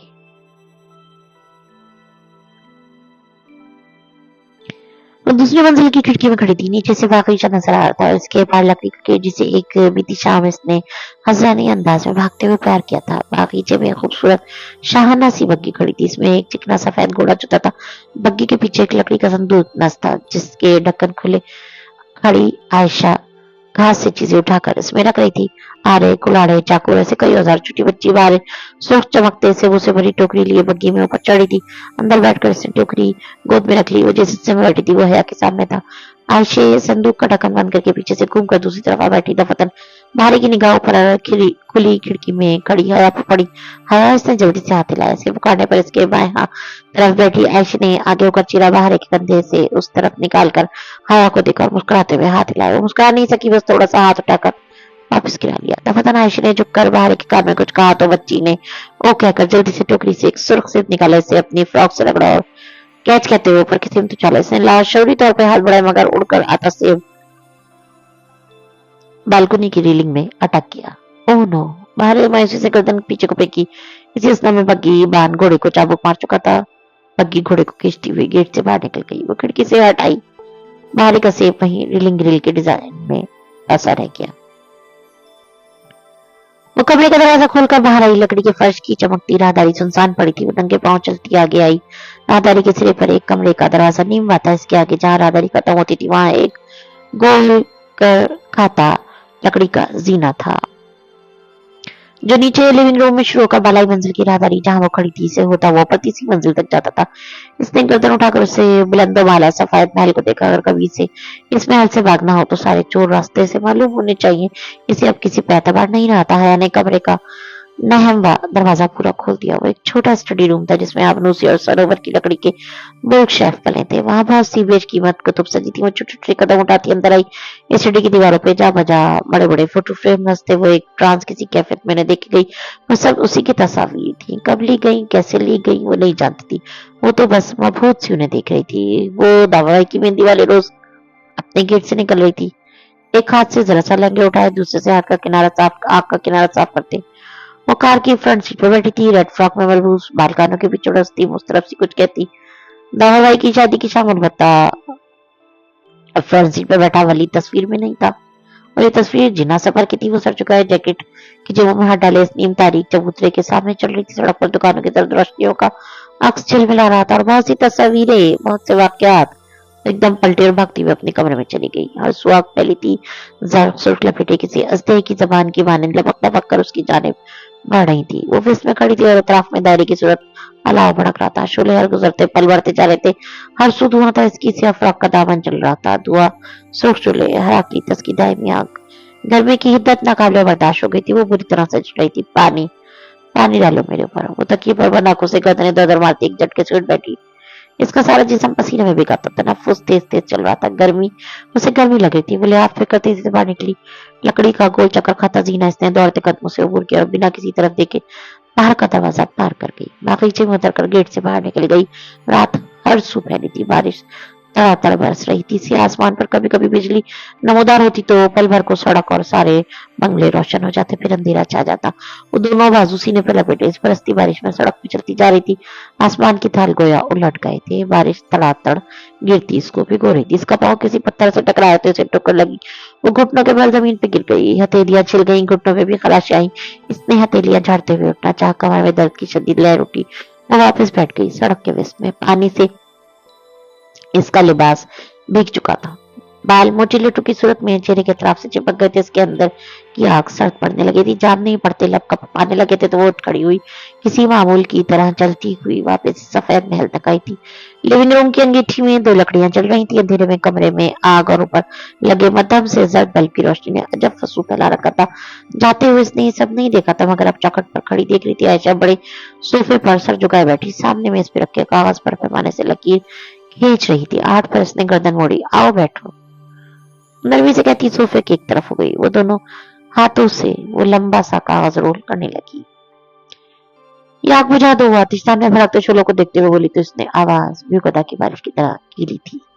आयशा बिना तरद्दुद के उठी और आतिशदान के साथ लगा स्विच घुमाया। आग बुझ गई। मसनूई अंगारे सूख रह गए, जो दरअसल हीटर के रॉड थे, जिससे भड़कने वाली आग इस मसनूई लकड़ियों के ऊपर यूं भरती गोया 80 लकड़ियां जल रही हूं। अब आओ, आयशा अपनी बात दोहरा कर रोल करके लपेटे कागज पर रबर बैंड चलाने लगी। वो मकानी के अंदाज में चलती आगे आई और सोफे के दूसरे किनारे पर टिक गई। इसकी निगाहें बुझते अंगारों पर थी, जो अपना सुर्ख रंग खो रहे थे। अपने घर फोन कर लो, वो लोग परेशान होंगे। मुझे डर लगता है मैं सबको फेस कैसे करूंगी। आतिशदान पर जमीन की बड़ी बड़ी आंखों में सरासमी की तरह थी। जिस अल्लाह ने तुम्हारी पहले मदद की है वो अब भी करेगा। 3 दिन हो गए, अब तक सबको पता चल गया होगा। जब तुम्हारा कसूर नहीं तो डरो मत। आयशा ने कॉर्डलेसेस की तरफ बढ़ाया। अगर नहीं उन्होंने कोई गलत बात की तो दोबारा नहीं कहूंगी, मगर एक दफा कोशिश कर लो। इसने कॉर्डलेस पकड़ते हुए आयशा को देखा। स्कार्फ में लिपटा इसका चेहरा मध्यम रोशनी में भी दहक रहा था। अब इसकी आंखें गहरी लग रही थी, स्याही माइल गहरी। इसने वॉल क्लॉक को देखा। यहाँ आधी रात थी तो वहां 9-10 बजे होंगे। घर का नंबर इसी जबान याद था। वो भीगी उंगली से बटन पुश करने लगी, फिर फोन कान से लगा। आयशा अपने पैमाने पर कार और पेंसिल समेत सब कुछ छोटी थैली में डालने लगी। हेलो, वो फातिमा की आवाज थी। हेलो अम्मा, मैं हया। इसकी आवाज में आंसू की नमी थी। कैसी हैं आप? मैं ठीक हूँ। सॉरी बेटा, मैं तुम्हें इतने दिन फोन नहीं कर सकी। असल में मैं हमीश की दावतें हो रही थी आजकल पूरी फैमिली में, कभी किधर तो कभी किधर। इतनी मसरूफ रही कि रोज फोन करना ही रह जाता। अब्बा किधर? इससे बोला नहीं चाहता। वो ये सामने बैठे, कराची गए थे, आज ही वापसी हुई है। अम्मा और भी कुछ कही थी। इसके सीने में अटकी हुई सांसें से बुला के बहाल हुई। दुखते सर में जरा दर्द कम हुआ। किसी को नहीं पता चला। अम्मा से फुप्पो का नंबर लेकर उसने उन्हें कॉल की। अच्छी भतीजी हो तुम भी, खाने का क्या कर गायब हो गई? मैं पहले तो इतनी परेशान रही, समझ नहीं आया कि क्या करूं।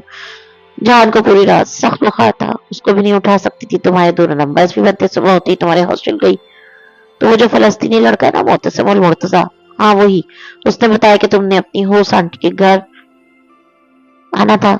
मुझे बता दिया होता तो हया काफी फिक्रमंद सी थी। ओ मोतसम, वो इसी पजल में इतना उलझा हुआ था कि समझ नहीं आया कि हनैफ फुप्पो की तरफ रुकना है या होस्ट आंटी की तरफ। इनकी तसल्ली व तशफ़ी करवा के पर्स में पानी जाने से दोनों फोटोज के खराब होने की यकीन दहानी करवा के जब इसने फोन बंद किया तो आयशा से देख रही थी। मैंने कहा था ना सब ठीक हो जाएगा, अब तुम आराम से ढेर सारे दिन हमारे साथ रहो। कल हम तुम्हें अपने साथ जंगल ले जाएंगे, चलोगी ना? हाँ चलूंगी। वो जरा सा मुस्कुराई। इसके बालों के सरों से कतरे अभी तक टपक रहे थे। आग से मत डरा करो, आग से उसे डरना चाहिए जिसके पास अल्लाह को दिखाने के लिए कोई अच्छा अमल ना हो। तुम तो इतनी अच्छी लड़की हो, तुम क्यों डरती हो? इसने वीरान निगाहों से आयशा की तरफ देखा। जहन के पर्दे पे एक वीडियो लहराई और उसके नीचे लिखे कमेंट्स। मैं अच्छी लड़की नहीं हूँ। कोई लड़की बुरी नहीं होती, बस उससे कभी कभी कुछ बुरा हो जाता है और तुमसे बहुत कुछ अच्छा भी तो हुआ है ना। तुमने एक अमीर और ताकतवर शख्स के लिए अपने शौहर को नहीं छोड़ा, तुमने ना वफा निभाई। इससे बड़ी अच्छाई क्या होगी? मेरी दुनिया तुम्हारी दुनिया से मुख्तलिफ है आयशा, हमें बहुत फर्क है। चलो फिर तुम ढेर सारे दिन मेरी दुनिया में रहो और फिर तुम मुझे बताना कि उम्मीद और अंजाम के एतबार से किसकी दुनिया ज्यादा अच्छी है। साथ ही इसने मुस्कुराकर हया का हाथ दबाया। तुम कौन हो आयशा? मेरा मतलब है तुम्हारा। इसने फिक्र अधूरा छोड़ दिया। मैं इस घर की मालकिन हूँ। बाहर मेरी बहन है और आने मेरी दादी की सगी बहन है। आने तुर्क है मगर उनका शौहर इंडियन था। आने अब्दुल रहमान पाशा की माँ। हाँ वही, मगर हम उनको आने कहते हैं, दादी वगैरह नहीं। तो अब्दुल रहमान तुम्हारा चचा लगा? वो सोच सोच कर कही थी। वो जवाब साथी से मुस्कुराई। चचा बाप का सगा भाई होता है, इस लिहाज से वो मेरा और बाहरी का चचा है, ना ही महरम। खैर अब तुम जाओ, सो जाओ, सुबह मिलते हैं। वो सर हिलाकर उठ खड़ी हुई। इसे वाकई नींद की जरूरत थी। ऐशे गुल ने कहा था कि सफेद महल की मालकिन है वो, इसलिए वो रुक गई थी। जानिए जिस्मानी तौर पर वो कतई इतनी सेहतियाब नहीं थी कि वो वापस जाती। अभी वो अकेली नहीं रहना चाहती थी। इसे कोई सहारा चाहिए था और इसने इन 3 औरतों का सहारा बना लिया था। आने आजकल इस्तांबुल गई थी और पीछे वो दोनों बहनें इसके साथ थी। सुबह इसने आयशे का लाए वाले लिबास वेतन किया। पूरी आस्तीन वाली पाँव को छूती ऑफ वाइट मैक्सी जिसका गला गर्दन तक बंद था और जगह जगह सफेद नन्हे नन्हे मोती लगे थे बाल चेहरे के एक तरफ डाले और दोनों पहलुओं से मैक्सी जरा सी उठाए लकड़ी के जीने उतर रही थी जब इसने आयशे की आवाज सुनी। वो नीचे बेडरूम के खुले दरवाजे से कंबल तय करके बाहर को आवाजें देती नजर आती। बाहर गोल उठ जाओ और कितना सोगी। फिरोजी स्कार्फ स्कर्ट ब्लाउज पे लंबा स्वेटर पहने वो बाहर जाने के लिए तैयार थी। बस 5 मिनट और आयशे गुल कंबल से बाहर की आवाज आई।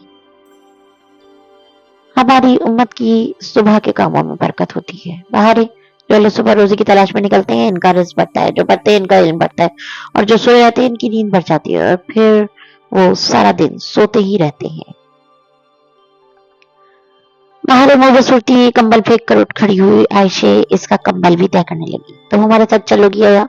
बाहर ने मंदी मंदी आंखों से इसे चौखट में खड़े देखा तो पूछ उठी। हाँ अभी तुम जंगल जाओगी? नहीं, पहले हम सफीर की मम्मी की तरफ जाएंगे, मुझे जरा काम था इनसे। ठीक है ना? आयशे ने ताई चाहिए श्योर इसने शाने उचका दिए। वो खुद इन दोनों बहनों के रहमो करम पर अपने आप को छोड़ चुकी थी। सब किस लिए? आयशे बग्गी के संदूक चमकते औजार रख रही थी तो है पूछ फटी। हम जंगल लकड़ियां काटने जाते हैं। लकड़ियां काटने की इजाजत है तो नहीं? मगर हमारे पास उसी परमिट है, हम लकड़ी की चीजें बनाकर बाजार में बेचते हैं। इतने बड़े घर की मालकिन को बढ़ई बनने की क्या जरूरत है? वो बग्गी में चढ़ते हुए मुस्कुराकर बोली। है सलमान, हमें अंडर एस्टिमेट मत करो, हम बहुत महंगी चीजें बनाते हैं। वो हंसकर कहते हुए अंदर बैठ गई। वो दोनों अतराफ में थी और बाहर इनके दरमियान। बग्गी अब बंगलों से गिरी सड़क पे दौड़ने लगी थी। घोड़े के टापू की आवाज सारे में गूंज रही थी। उस्मान अंकल का घर कहाँ है? वही मस्जिद के पास। तुमने हमारी मस्जिद देखी है ना? हाँ तुम एक दफा आई थी। हाँ मुझे याद है, मैंने तब तुम दोनों को देखा था। वो हवा से उड़ते बालों को समेटते हुए बोली। बाहर के चेहरे पे बारिश के बाल उड़ के आ रहे थे मगर बाहर बुरा माने बगैर अपने गुलाबी पड़े से पर्स को सीने से लगाए खामोशी से बैठी थी। इसके घुंघराले बाल पूरे बाल पोनी में बंधे थे। तुम्हारा साथ उस दिन कौन था? आयशा ने आंखें बंद करके लम्हे भर को जैसे याद किया। फिरोजी स्कार्फ में इसकी पूरी सब्जा की अब नीली सब्ज लग रही थी। हाँ वो मेरा कजन है और शौहर भी अच्छा था। आयशा मुस्कुरा दी और वो भी जवाब जरा सा मुस्कुराई। इस पल उसे वो अच्छा शख्स बहुत याद आया था। शेख उस्मान शबीर का बंगला बाकी बंगलों की निस्बत जरा सादा था।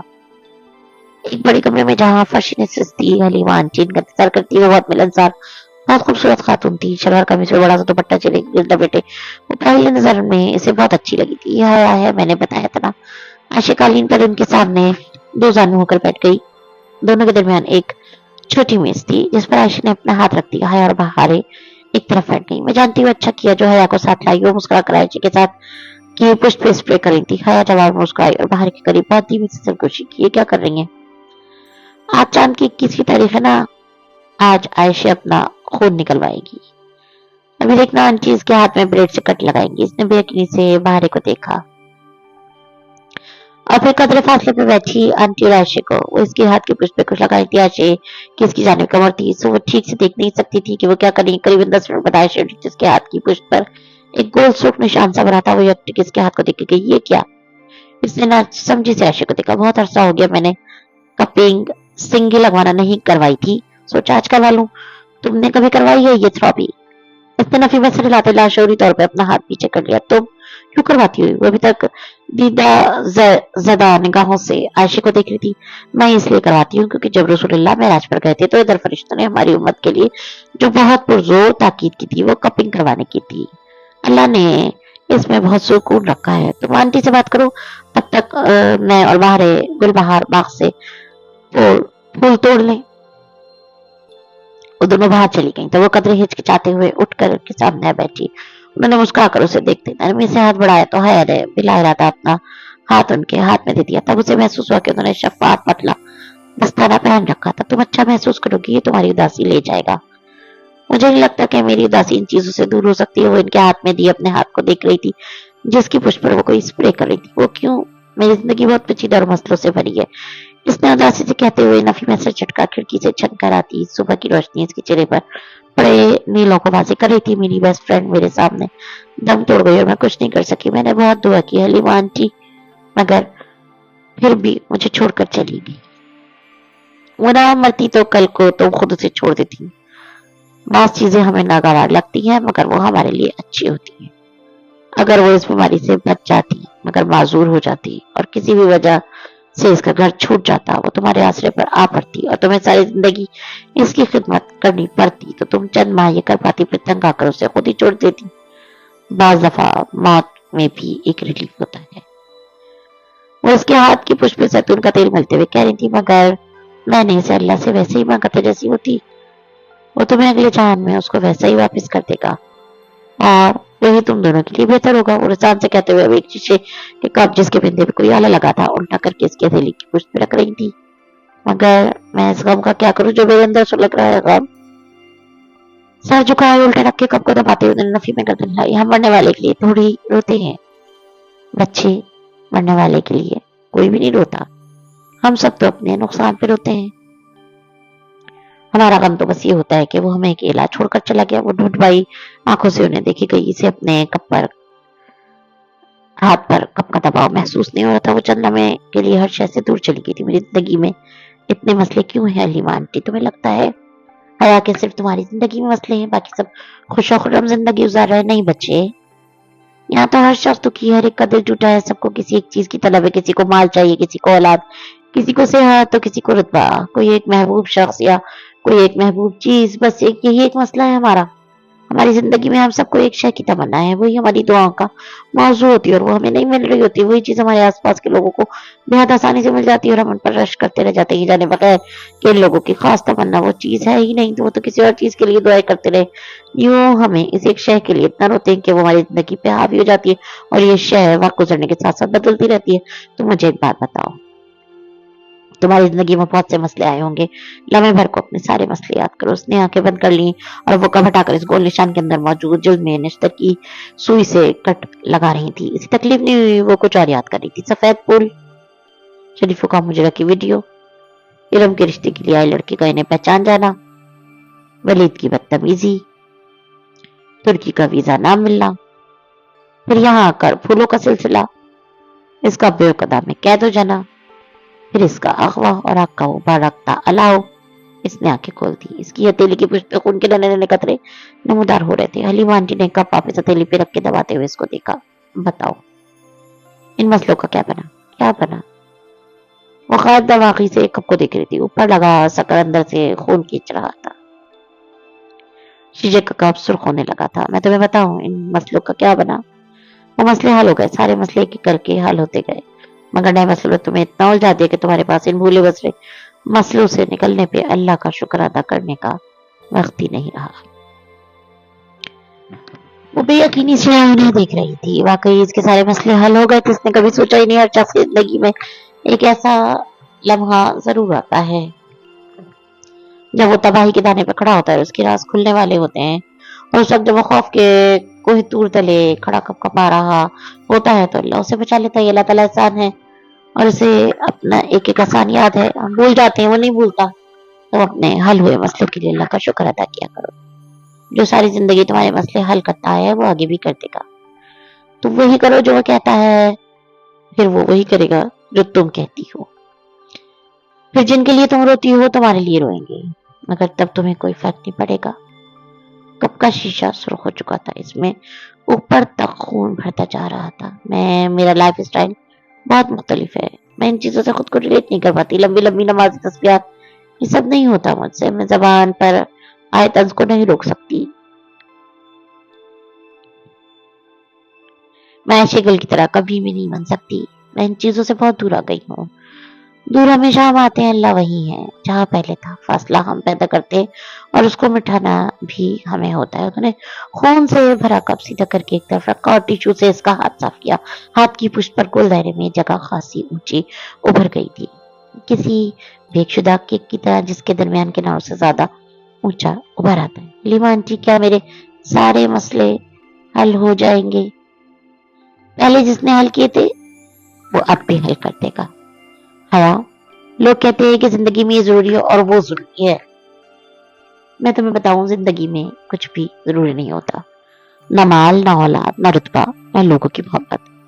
बस आप होने चाहिए और आपका अल्लाह से हर पल बढ़ता ताल्लुक होना चाहिए। बाकी मसले तो बादल की तरह होते हैं। जहाज की खिड़की से कभी नीचे तैरता बादल देखा है? ऊपर से देखो तो वो कितना बेजरा लगता है, मगर जो इस बादल तले खड़े होता है ना, इसका पूरा आसमान बादल ढांप लेता है और वो समझता है कि रोशनी खत्म हो गई और दुनिया तारीख हो गई। हम भी ऐसे होते हैं, जब जिंदगी पे चाहते हैं तो सब तारीख लगता है, लेकिन अगर तुम इस जमीन से ऊपर उठकर आसमान से पूरा मंजर देखो तो तुम जानोगे कि ये तो एक नन्हा सा टुकड़ा है जो भी हट जाएगा। अगर ये स्याह बादल जिंदगी पे न छाए तो न हया, तो हमारी जिंदगी में रहमत की कोई बारिश ना हो। उन्होंने तेल लगाकर इसका हाथ साफ कर दिया। इसने हाथ चेहरे के करीब ले जाकर देखा। मैं इतनी जली हूँ आंटी कि मुझे लगता है मेरा दिल ही मर गया है। जलना तो पड़ता है बच्चे, जले बगैर कभी सोना कुंदन नहीं बनता। इनकी बात पर वो आज़िदगी से मुस्कुराई। ये भी ठीक हो जाएगा और तुम भी ठीक हो जाओगी। थैंक यू आंटी, मुझे आपसे बात करके बहुत अच्छा लगा। एक आखिरी बात, क्या ये इत्तेफाक था कि उस्मान अंकल और हम एक ही फ्लैट में आए थे? इस दुनिया में इत्तेफाक कम ही होते हैं। मेरा ख्याल है उस्मान को अब्दुल रहमान ने ऐसा कहा था। वो समझकर सर हिलाकर उठ खड़ी हुई। कभी उसे लगता उसे जिंदगी में सबसे ज्यादा तकलीफ पाशा ने दी है और कभी लगता कि उसके एहसान उसकी दी गई असियत से ज्यादा है। बग्घी सड़क पर रवा दावा थी। रात की बारिश अब सूख चुकी थी और हर जगह निकली निकली धुली धुलाई लग रही थी। सब सवा सुरमई सड़क और वो छोटा सा जजीरा जन्नत का टुकड़ा लगता था। और बग्घी की खिड़की से बाहर देखती इन बातों को सोच रही थी जो हलीमा आंटी ने उससे कही थी। आयशे ने कुछ कहने के लिए गर्दन इन दोनों की तरफ फेरी तो एकदम ठहर गई। दरम्यान में बैठी बाहर अपने गुलाबी पर्स से कुछ निकाल रही थी। हया बिल्कुल साफ के सांस रोक के उसे देखी गई। वो हया का भूरे रंग का लकड़ी का पजल बॉक्स था। भारी ये तुमने कहाँ से लिया? वो बिना पलक झपके इस बॉक्स को देख रही थी। ये मुझे अब्दुल रहमान ने मेरी बर्थडे पे गिफ्ट किया था। इसमें मेरा गिफ्ट है, मगर अभी ये मुझसे खुला नहीं है। वो मायूसी से बताती इसकी स्लाइड पर उंगली फेर रही थी जिसमें 5 हर्फ बने थे। बॉक्स के ऊपर ढक्कन की सतह पर अंग्रेजी में एक लंबी सी नज़म करी थी। ये हया का बॉक्स नहीं था, मगर ये बिल्कुल उस जैसा था। ये इसने कहाँ से लिया? हमसे ही लिया था, आयुष ने बताया नहीं। हम जंगल से लकड़ियां काट के ये वही पजल बॉक्स तो बनाते हैं। बहुत बेहद के बिकते हैं। इनमें 5 लेटर कोड लगता है जिसके बगैर ही नहीं खुलते। आयुष मुस्कुराते हुए बाहर की बात सुन रही थी। सुनो, वो बहुत देर बाद बोली। इसकी निगाहें अभी तक इस बॉक्स में थी। तुमने कभी कोई ऐसा बॉक्स बनाया जिसमें 6 हर्फ का कोड हो? दोनों एकदम चौंकी। हाँ, मैंने बनाया था। किसके लिए? वो बेचैनी से बोली। अब्दुल रहमान का कोई मुलाजिम था, इसने 6 हर्फी कोड बार का ऑर्डर दिया था तो मैंने बना दिया। महीना पहले की बात है, वो सोचकर बताने लगी। जिसका कोड तुम नहीं रखा होगा तुम्हें वो याद होगा। याद? आयशा जरा अजीब कर हंसी। 6 हरूफ का कोई लफ्ज में नहीं आ रहा था तो मैंने इसका कोड आयशे रख दिया। आयशे में 6 हरूफ होते हैं ना, तुर्ची में आयशे को ऐसे लिखते हैं क्या? इसने अचंभे से पूछा। नहीं नहीं, तुर्ची में ऐसे गुल लिखते हैं, मगर ये बॉक्स अंग्रेजी हरूफ तहजी में था इसलिए अंग्रेजी में लिखा। जो शख्स तुमसे ये खरीदने आया था इसको जानती हो तुम? चंद लम्हे के तवक्कुफ के बाद वो जरा सोच कर पूछने लगी। मैं इसका नाम तो नहीं जानती, मगर वो ऊंचे कद का हबशी था और उसके बाल घुंघरे वाले थे। अच्छा। रया ने बाहर को इसका पजल बॉक्स वापस कर दिया। अब वो अपने पजल बॉक्स के बारे में सोच रही थी जो उसके कमरे में रखा था। कि वो ये बॉक्स था जो आयशा ने बनाया था और उसे अब्दुल रहमान की किसी आदमी ने आयशा से खरीदा था तो कभी इम्कान था कि इसने वो डॉली के पास भिजवा दिया था। तो क्या अब्दुल रहमान इस बात से वाकिफ था या फिर आयशा से खरीदने वाला शख्स ही डॉली था? क्योंकि डॉली भी तो बादशाह का खानदानी मुलाजिम था। कुछ ऐसा ही बताया था इसे ईआरपी की माँ ने। सुनो, क्या अब्दुल रहमान पाशा को मालूम है कि तुमने इसके किसी मुलाजिम के लिए बॉक्स बनाया है? मुझसे बहुत से लोग पजल बॉक्स खरीदते हैं मैं हर एक की खबर अब्दुल रहमान को नहीं करती, और उसने तो मुझे अब्दुल रहमान को बताने से मना किया था। तुम्हें इसलिए बताया क्योंकि उसने सिर्फ अब्दुल रहमान को बताने से मना किया था। आयशा जरा सा मुस्कुराकर बोली। मैंने उस बात में गर्दन हिला दी और बाहर देखने लगी। बग्गी उस बलखाती सड़क पर ऊपर चढ़ी थी। वहां दोनों अतराफ में सरसा ऊंचे दरख्त थे। मरी में अमूमन सड़क के एक तरफ ऐसे दरख्त ऊंचे दरख्त थे और दूसरी जानिब खाई, मगर यहाँ दोनों जानिब भी घना जंगल था। फिर आखिर एक जगह बग्गी भर ने बग्गी रोक दिया। ऐसा नीचे उतरी। बग्गी के पीछे मरसा संदूक से औजारों का भारी थैला निकाला है और बाहरी भी इसके पीछे उतर आई। अब आगे उन्होंने पैदल चलना था। तुम चल लोगी? आयशा ने थैला उठाते हुए जरा फिक्रमंदी से उसे देखा। हाँ, मैं बेहतर महसूस कर रही हूँ, धीमी मुस्कुराहट के साथ आयशा को तसल्ली थी। बाहर सबसे आगे चलती कूदती सवाल लहर लहर कर कुछ गाती चल रही थी। कायनात वो है जिसे तूने बनाया और सीधा रास्ता वो है जिसे तूने दिखाया। बस तू कदमों को फेर दे अपनी रजा की तरफ, ऐ बुलंदियों के रब। लेकर भी गीत गुनगुनाती उधर उधर पौधों पे हाथ मारती चल रही थी। आयशा इसके अकब में थी और सबसे पीछे है थी, जो अपनी सफेद मैक्सिको दोनों पहलुओं से उठाए सहज सहज पत्थरों पे पाँव रख रही थी। वहां हर सुनो पर बबूल के दरख्त थे। कुछ ऐसे दरख्त भी थे जो इनको नहीं पहचानती थी। सुर्ख और जामुनी फूलों की झाड़ियां भी जा बना थी। जंगल में काफी आगे जाकर आयशा एक जगह रुकी। वहां एक दरख्त कटा हुआ था ना पड़ा था। थैला जमीन पे रखा और अंदर से कुल्हाड़ी निकालने लगी। फिर हुआ सनोबर के पत्तों को होले होले उसने हिलाया। हवा हल्की हल्की चल रही थी। हाँ, एक बड़े दरख्त से टेक लगाकर बैठ गई और आयशा को कटे हुए तने पे कुल्हाड़ी से जर पे बातें देख रही थी। इसके इतने दिनों की थकन नकाहत और बीमारी हलीमा आंटी के शीशे के प्याले में रह गई थी। अब वो खुद को बहुत हल्का फुल्का और ताजा महसूस करी थी। नया चेहरा, नई रूह, नई जिंदगी। बाहर भी इसके साथ आकर बैठ गई। हया के बाल हवा से उड़कर इसके चेहरे को छूने लगे। इसने अपने छोटे छोटे हाथों से नरमी से उनको समेटा। तुम्हारे बाल कितने खूबसूरत है हया। इसने गर्दन जरा सी मोड़कर मुस्कुराते हुए बाहर को देखा। वो बहुत महवियत से इसके बालों पे हाथ फेर कर नीचे कह रही थी, मेरा भी दिल चाहता है मेरे बाल इतने ही मुलायम और लंबे और मैं इन्हें ऐसे ही खोलूं। मगर जोर से कहते कहते इसका चेहरा बच गया। मगर आयशा कहती है अच्छी लड़कियां बाल खोलकर बाहर नहीं निकलती। बारी की बात पर इसने एक नजर आयशा को देखा जो कोट के आस्तीने मोड़े रुकू में जो कि लकड़ी पे कुल्हाड़ी मार रही थी। हर साहब के बाद वो सीधी होती और पिछानी पर आया पसीना आस्तीन से पोंछ कर और फिर से झुक जाती। वो तुम्हें मना करती है? नहीं, वो कहती है बाहर है, तुम्हारी मर्जी। जब तुम में हया ना रहे तो जी चाहे करो। इसने आयशा की खफ की बड़े अंदाज की नकल करके दिखाई। सारी दुनिया में सबसे ज्यादा आयशा की बात मानती हूँ। नहीं, पहले अब्दुल रहमान की फिर आयशा की। तुम अब्दुल रहमान को बहुत पसंद करती हो बारे। वो अपनी हैरत छुपाते हुए तफसार से कहने लगी, क्या ये बहनें अब्दुल रहमान की शोहरत नहीं जानती या ये ऐसे लोगों से ज्यादा उसे जानती है? बहुत ज्यादा। वो है ही इतना अच्छा।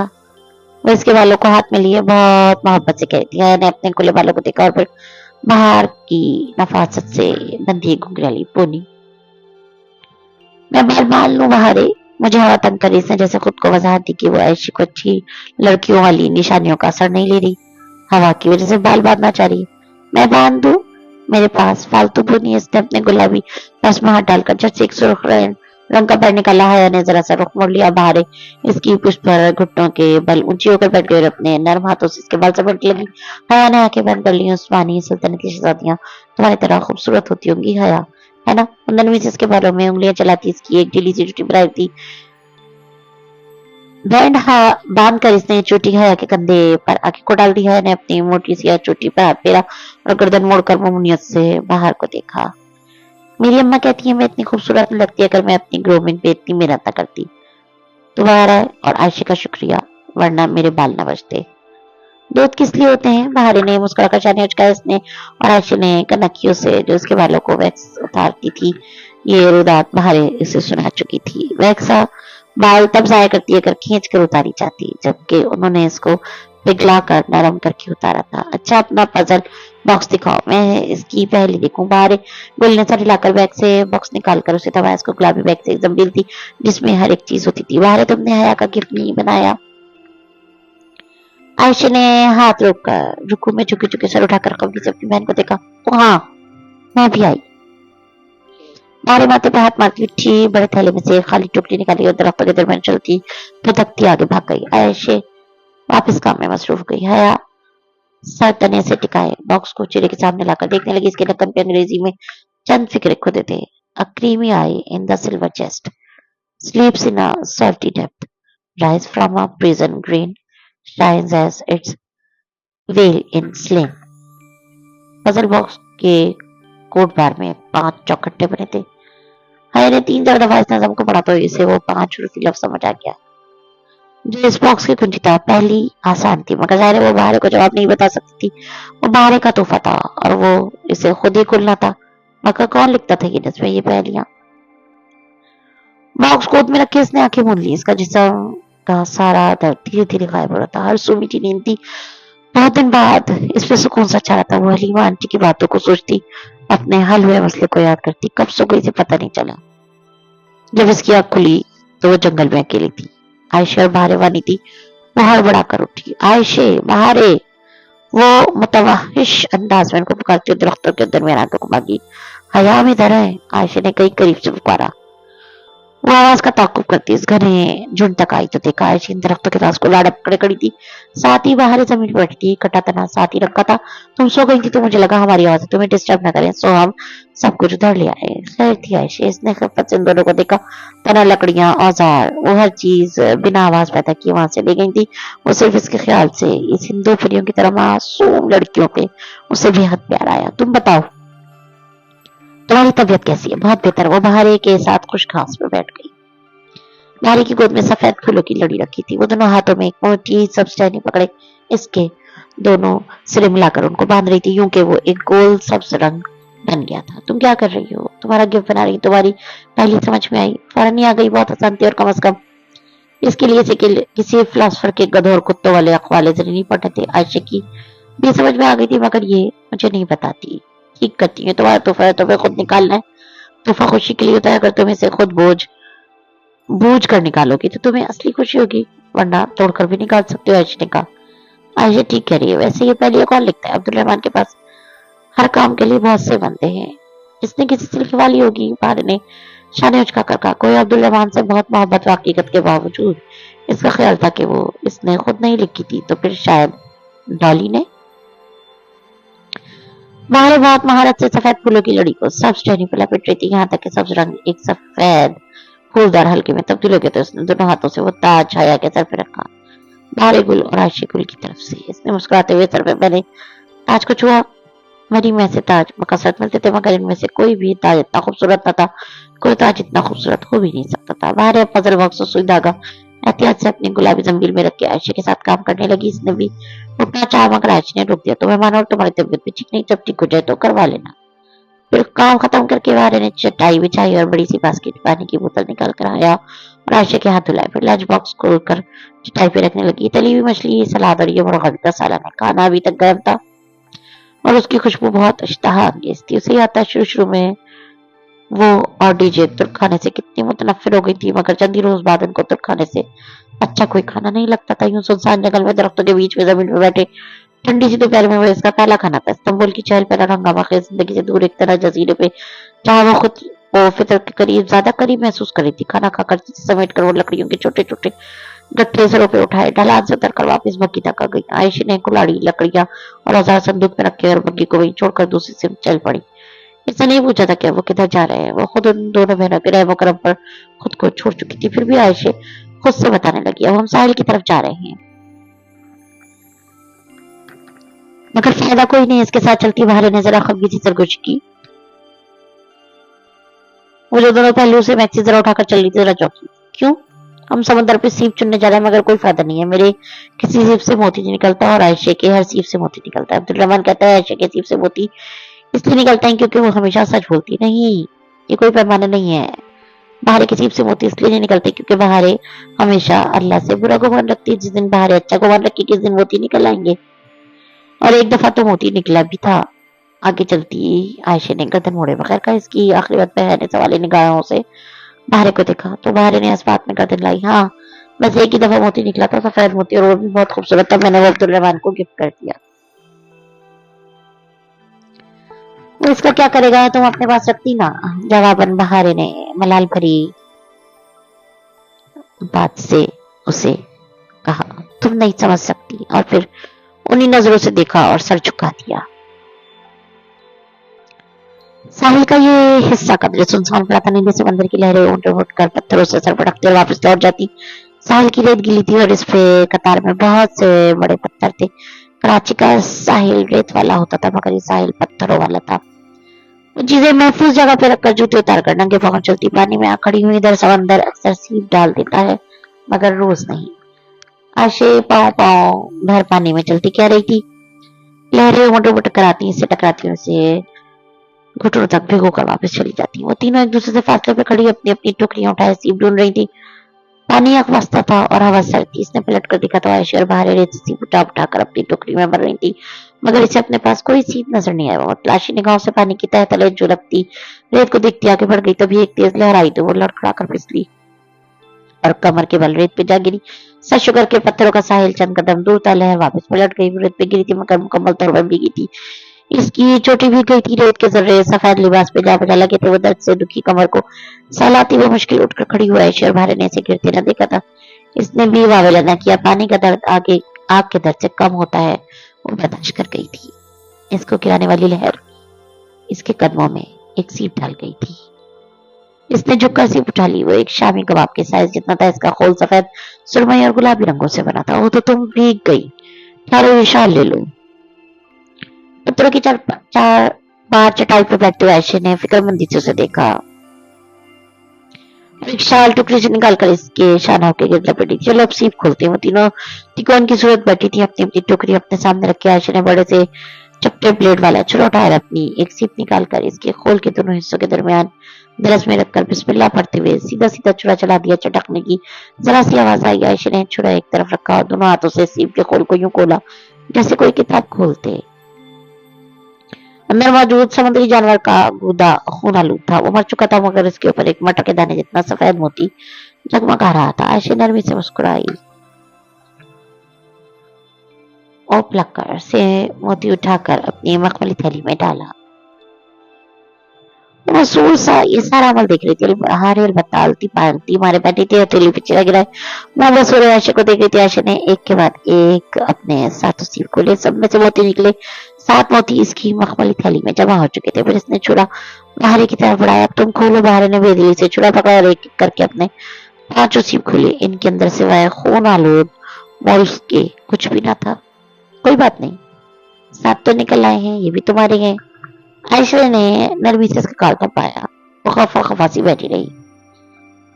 हाँ ने छुरा पकड़ा और सीप के दोनों हिस्सों की दरज में रखा। फिर दिल मजबूत करके छुरा चलाया। मेरे को इसे यूं लगा जैसे इसने किसी नरम गोश्त से काट दिया हो। बाहर और आयशा मुंतजिर सी उसे देख रही थी। इसने सीप के दोनों हिस्सों को पकड़े रखा, किसी किताब की तरह उसे खोला। समुद्री जानवर के खून वाले लुटफे के सिवा सीप में कुछ ना था। मोती से खाली था। इसने बाहर किसी बेबसी से सीप एक तरफ डाल दिया। तुम दोनों ने पहले से सोच लिया था कि तुम्हारा मोती नहीं निकलेगा। कल से तुम अच्छे गुमान के साथ सीप चुनोगी। आयशा ने बेबसी से उन्हें देखकर कहा। वो दोनों यूं ही खफा खफा बैठी रही।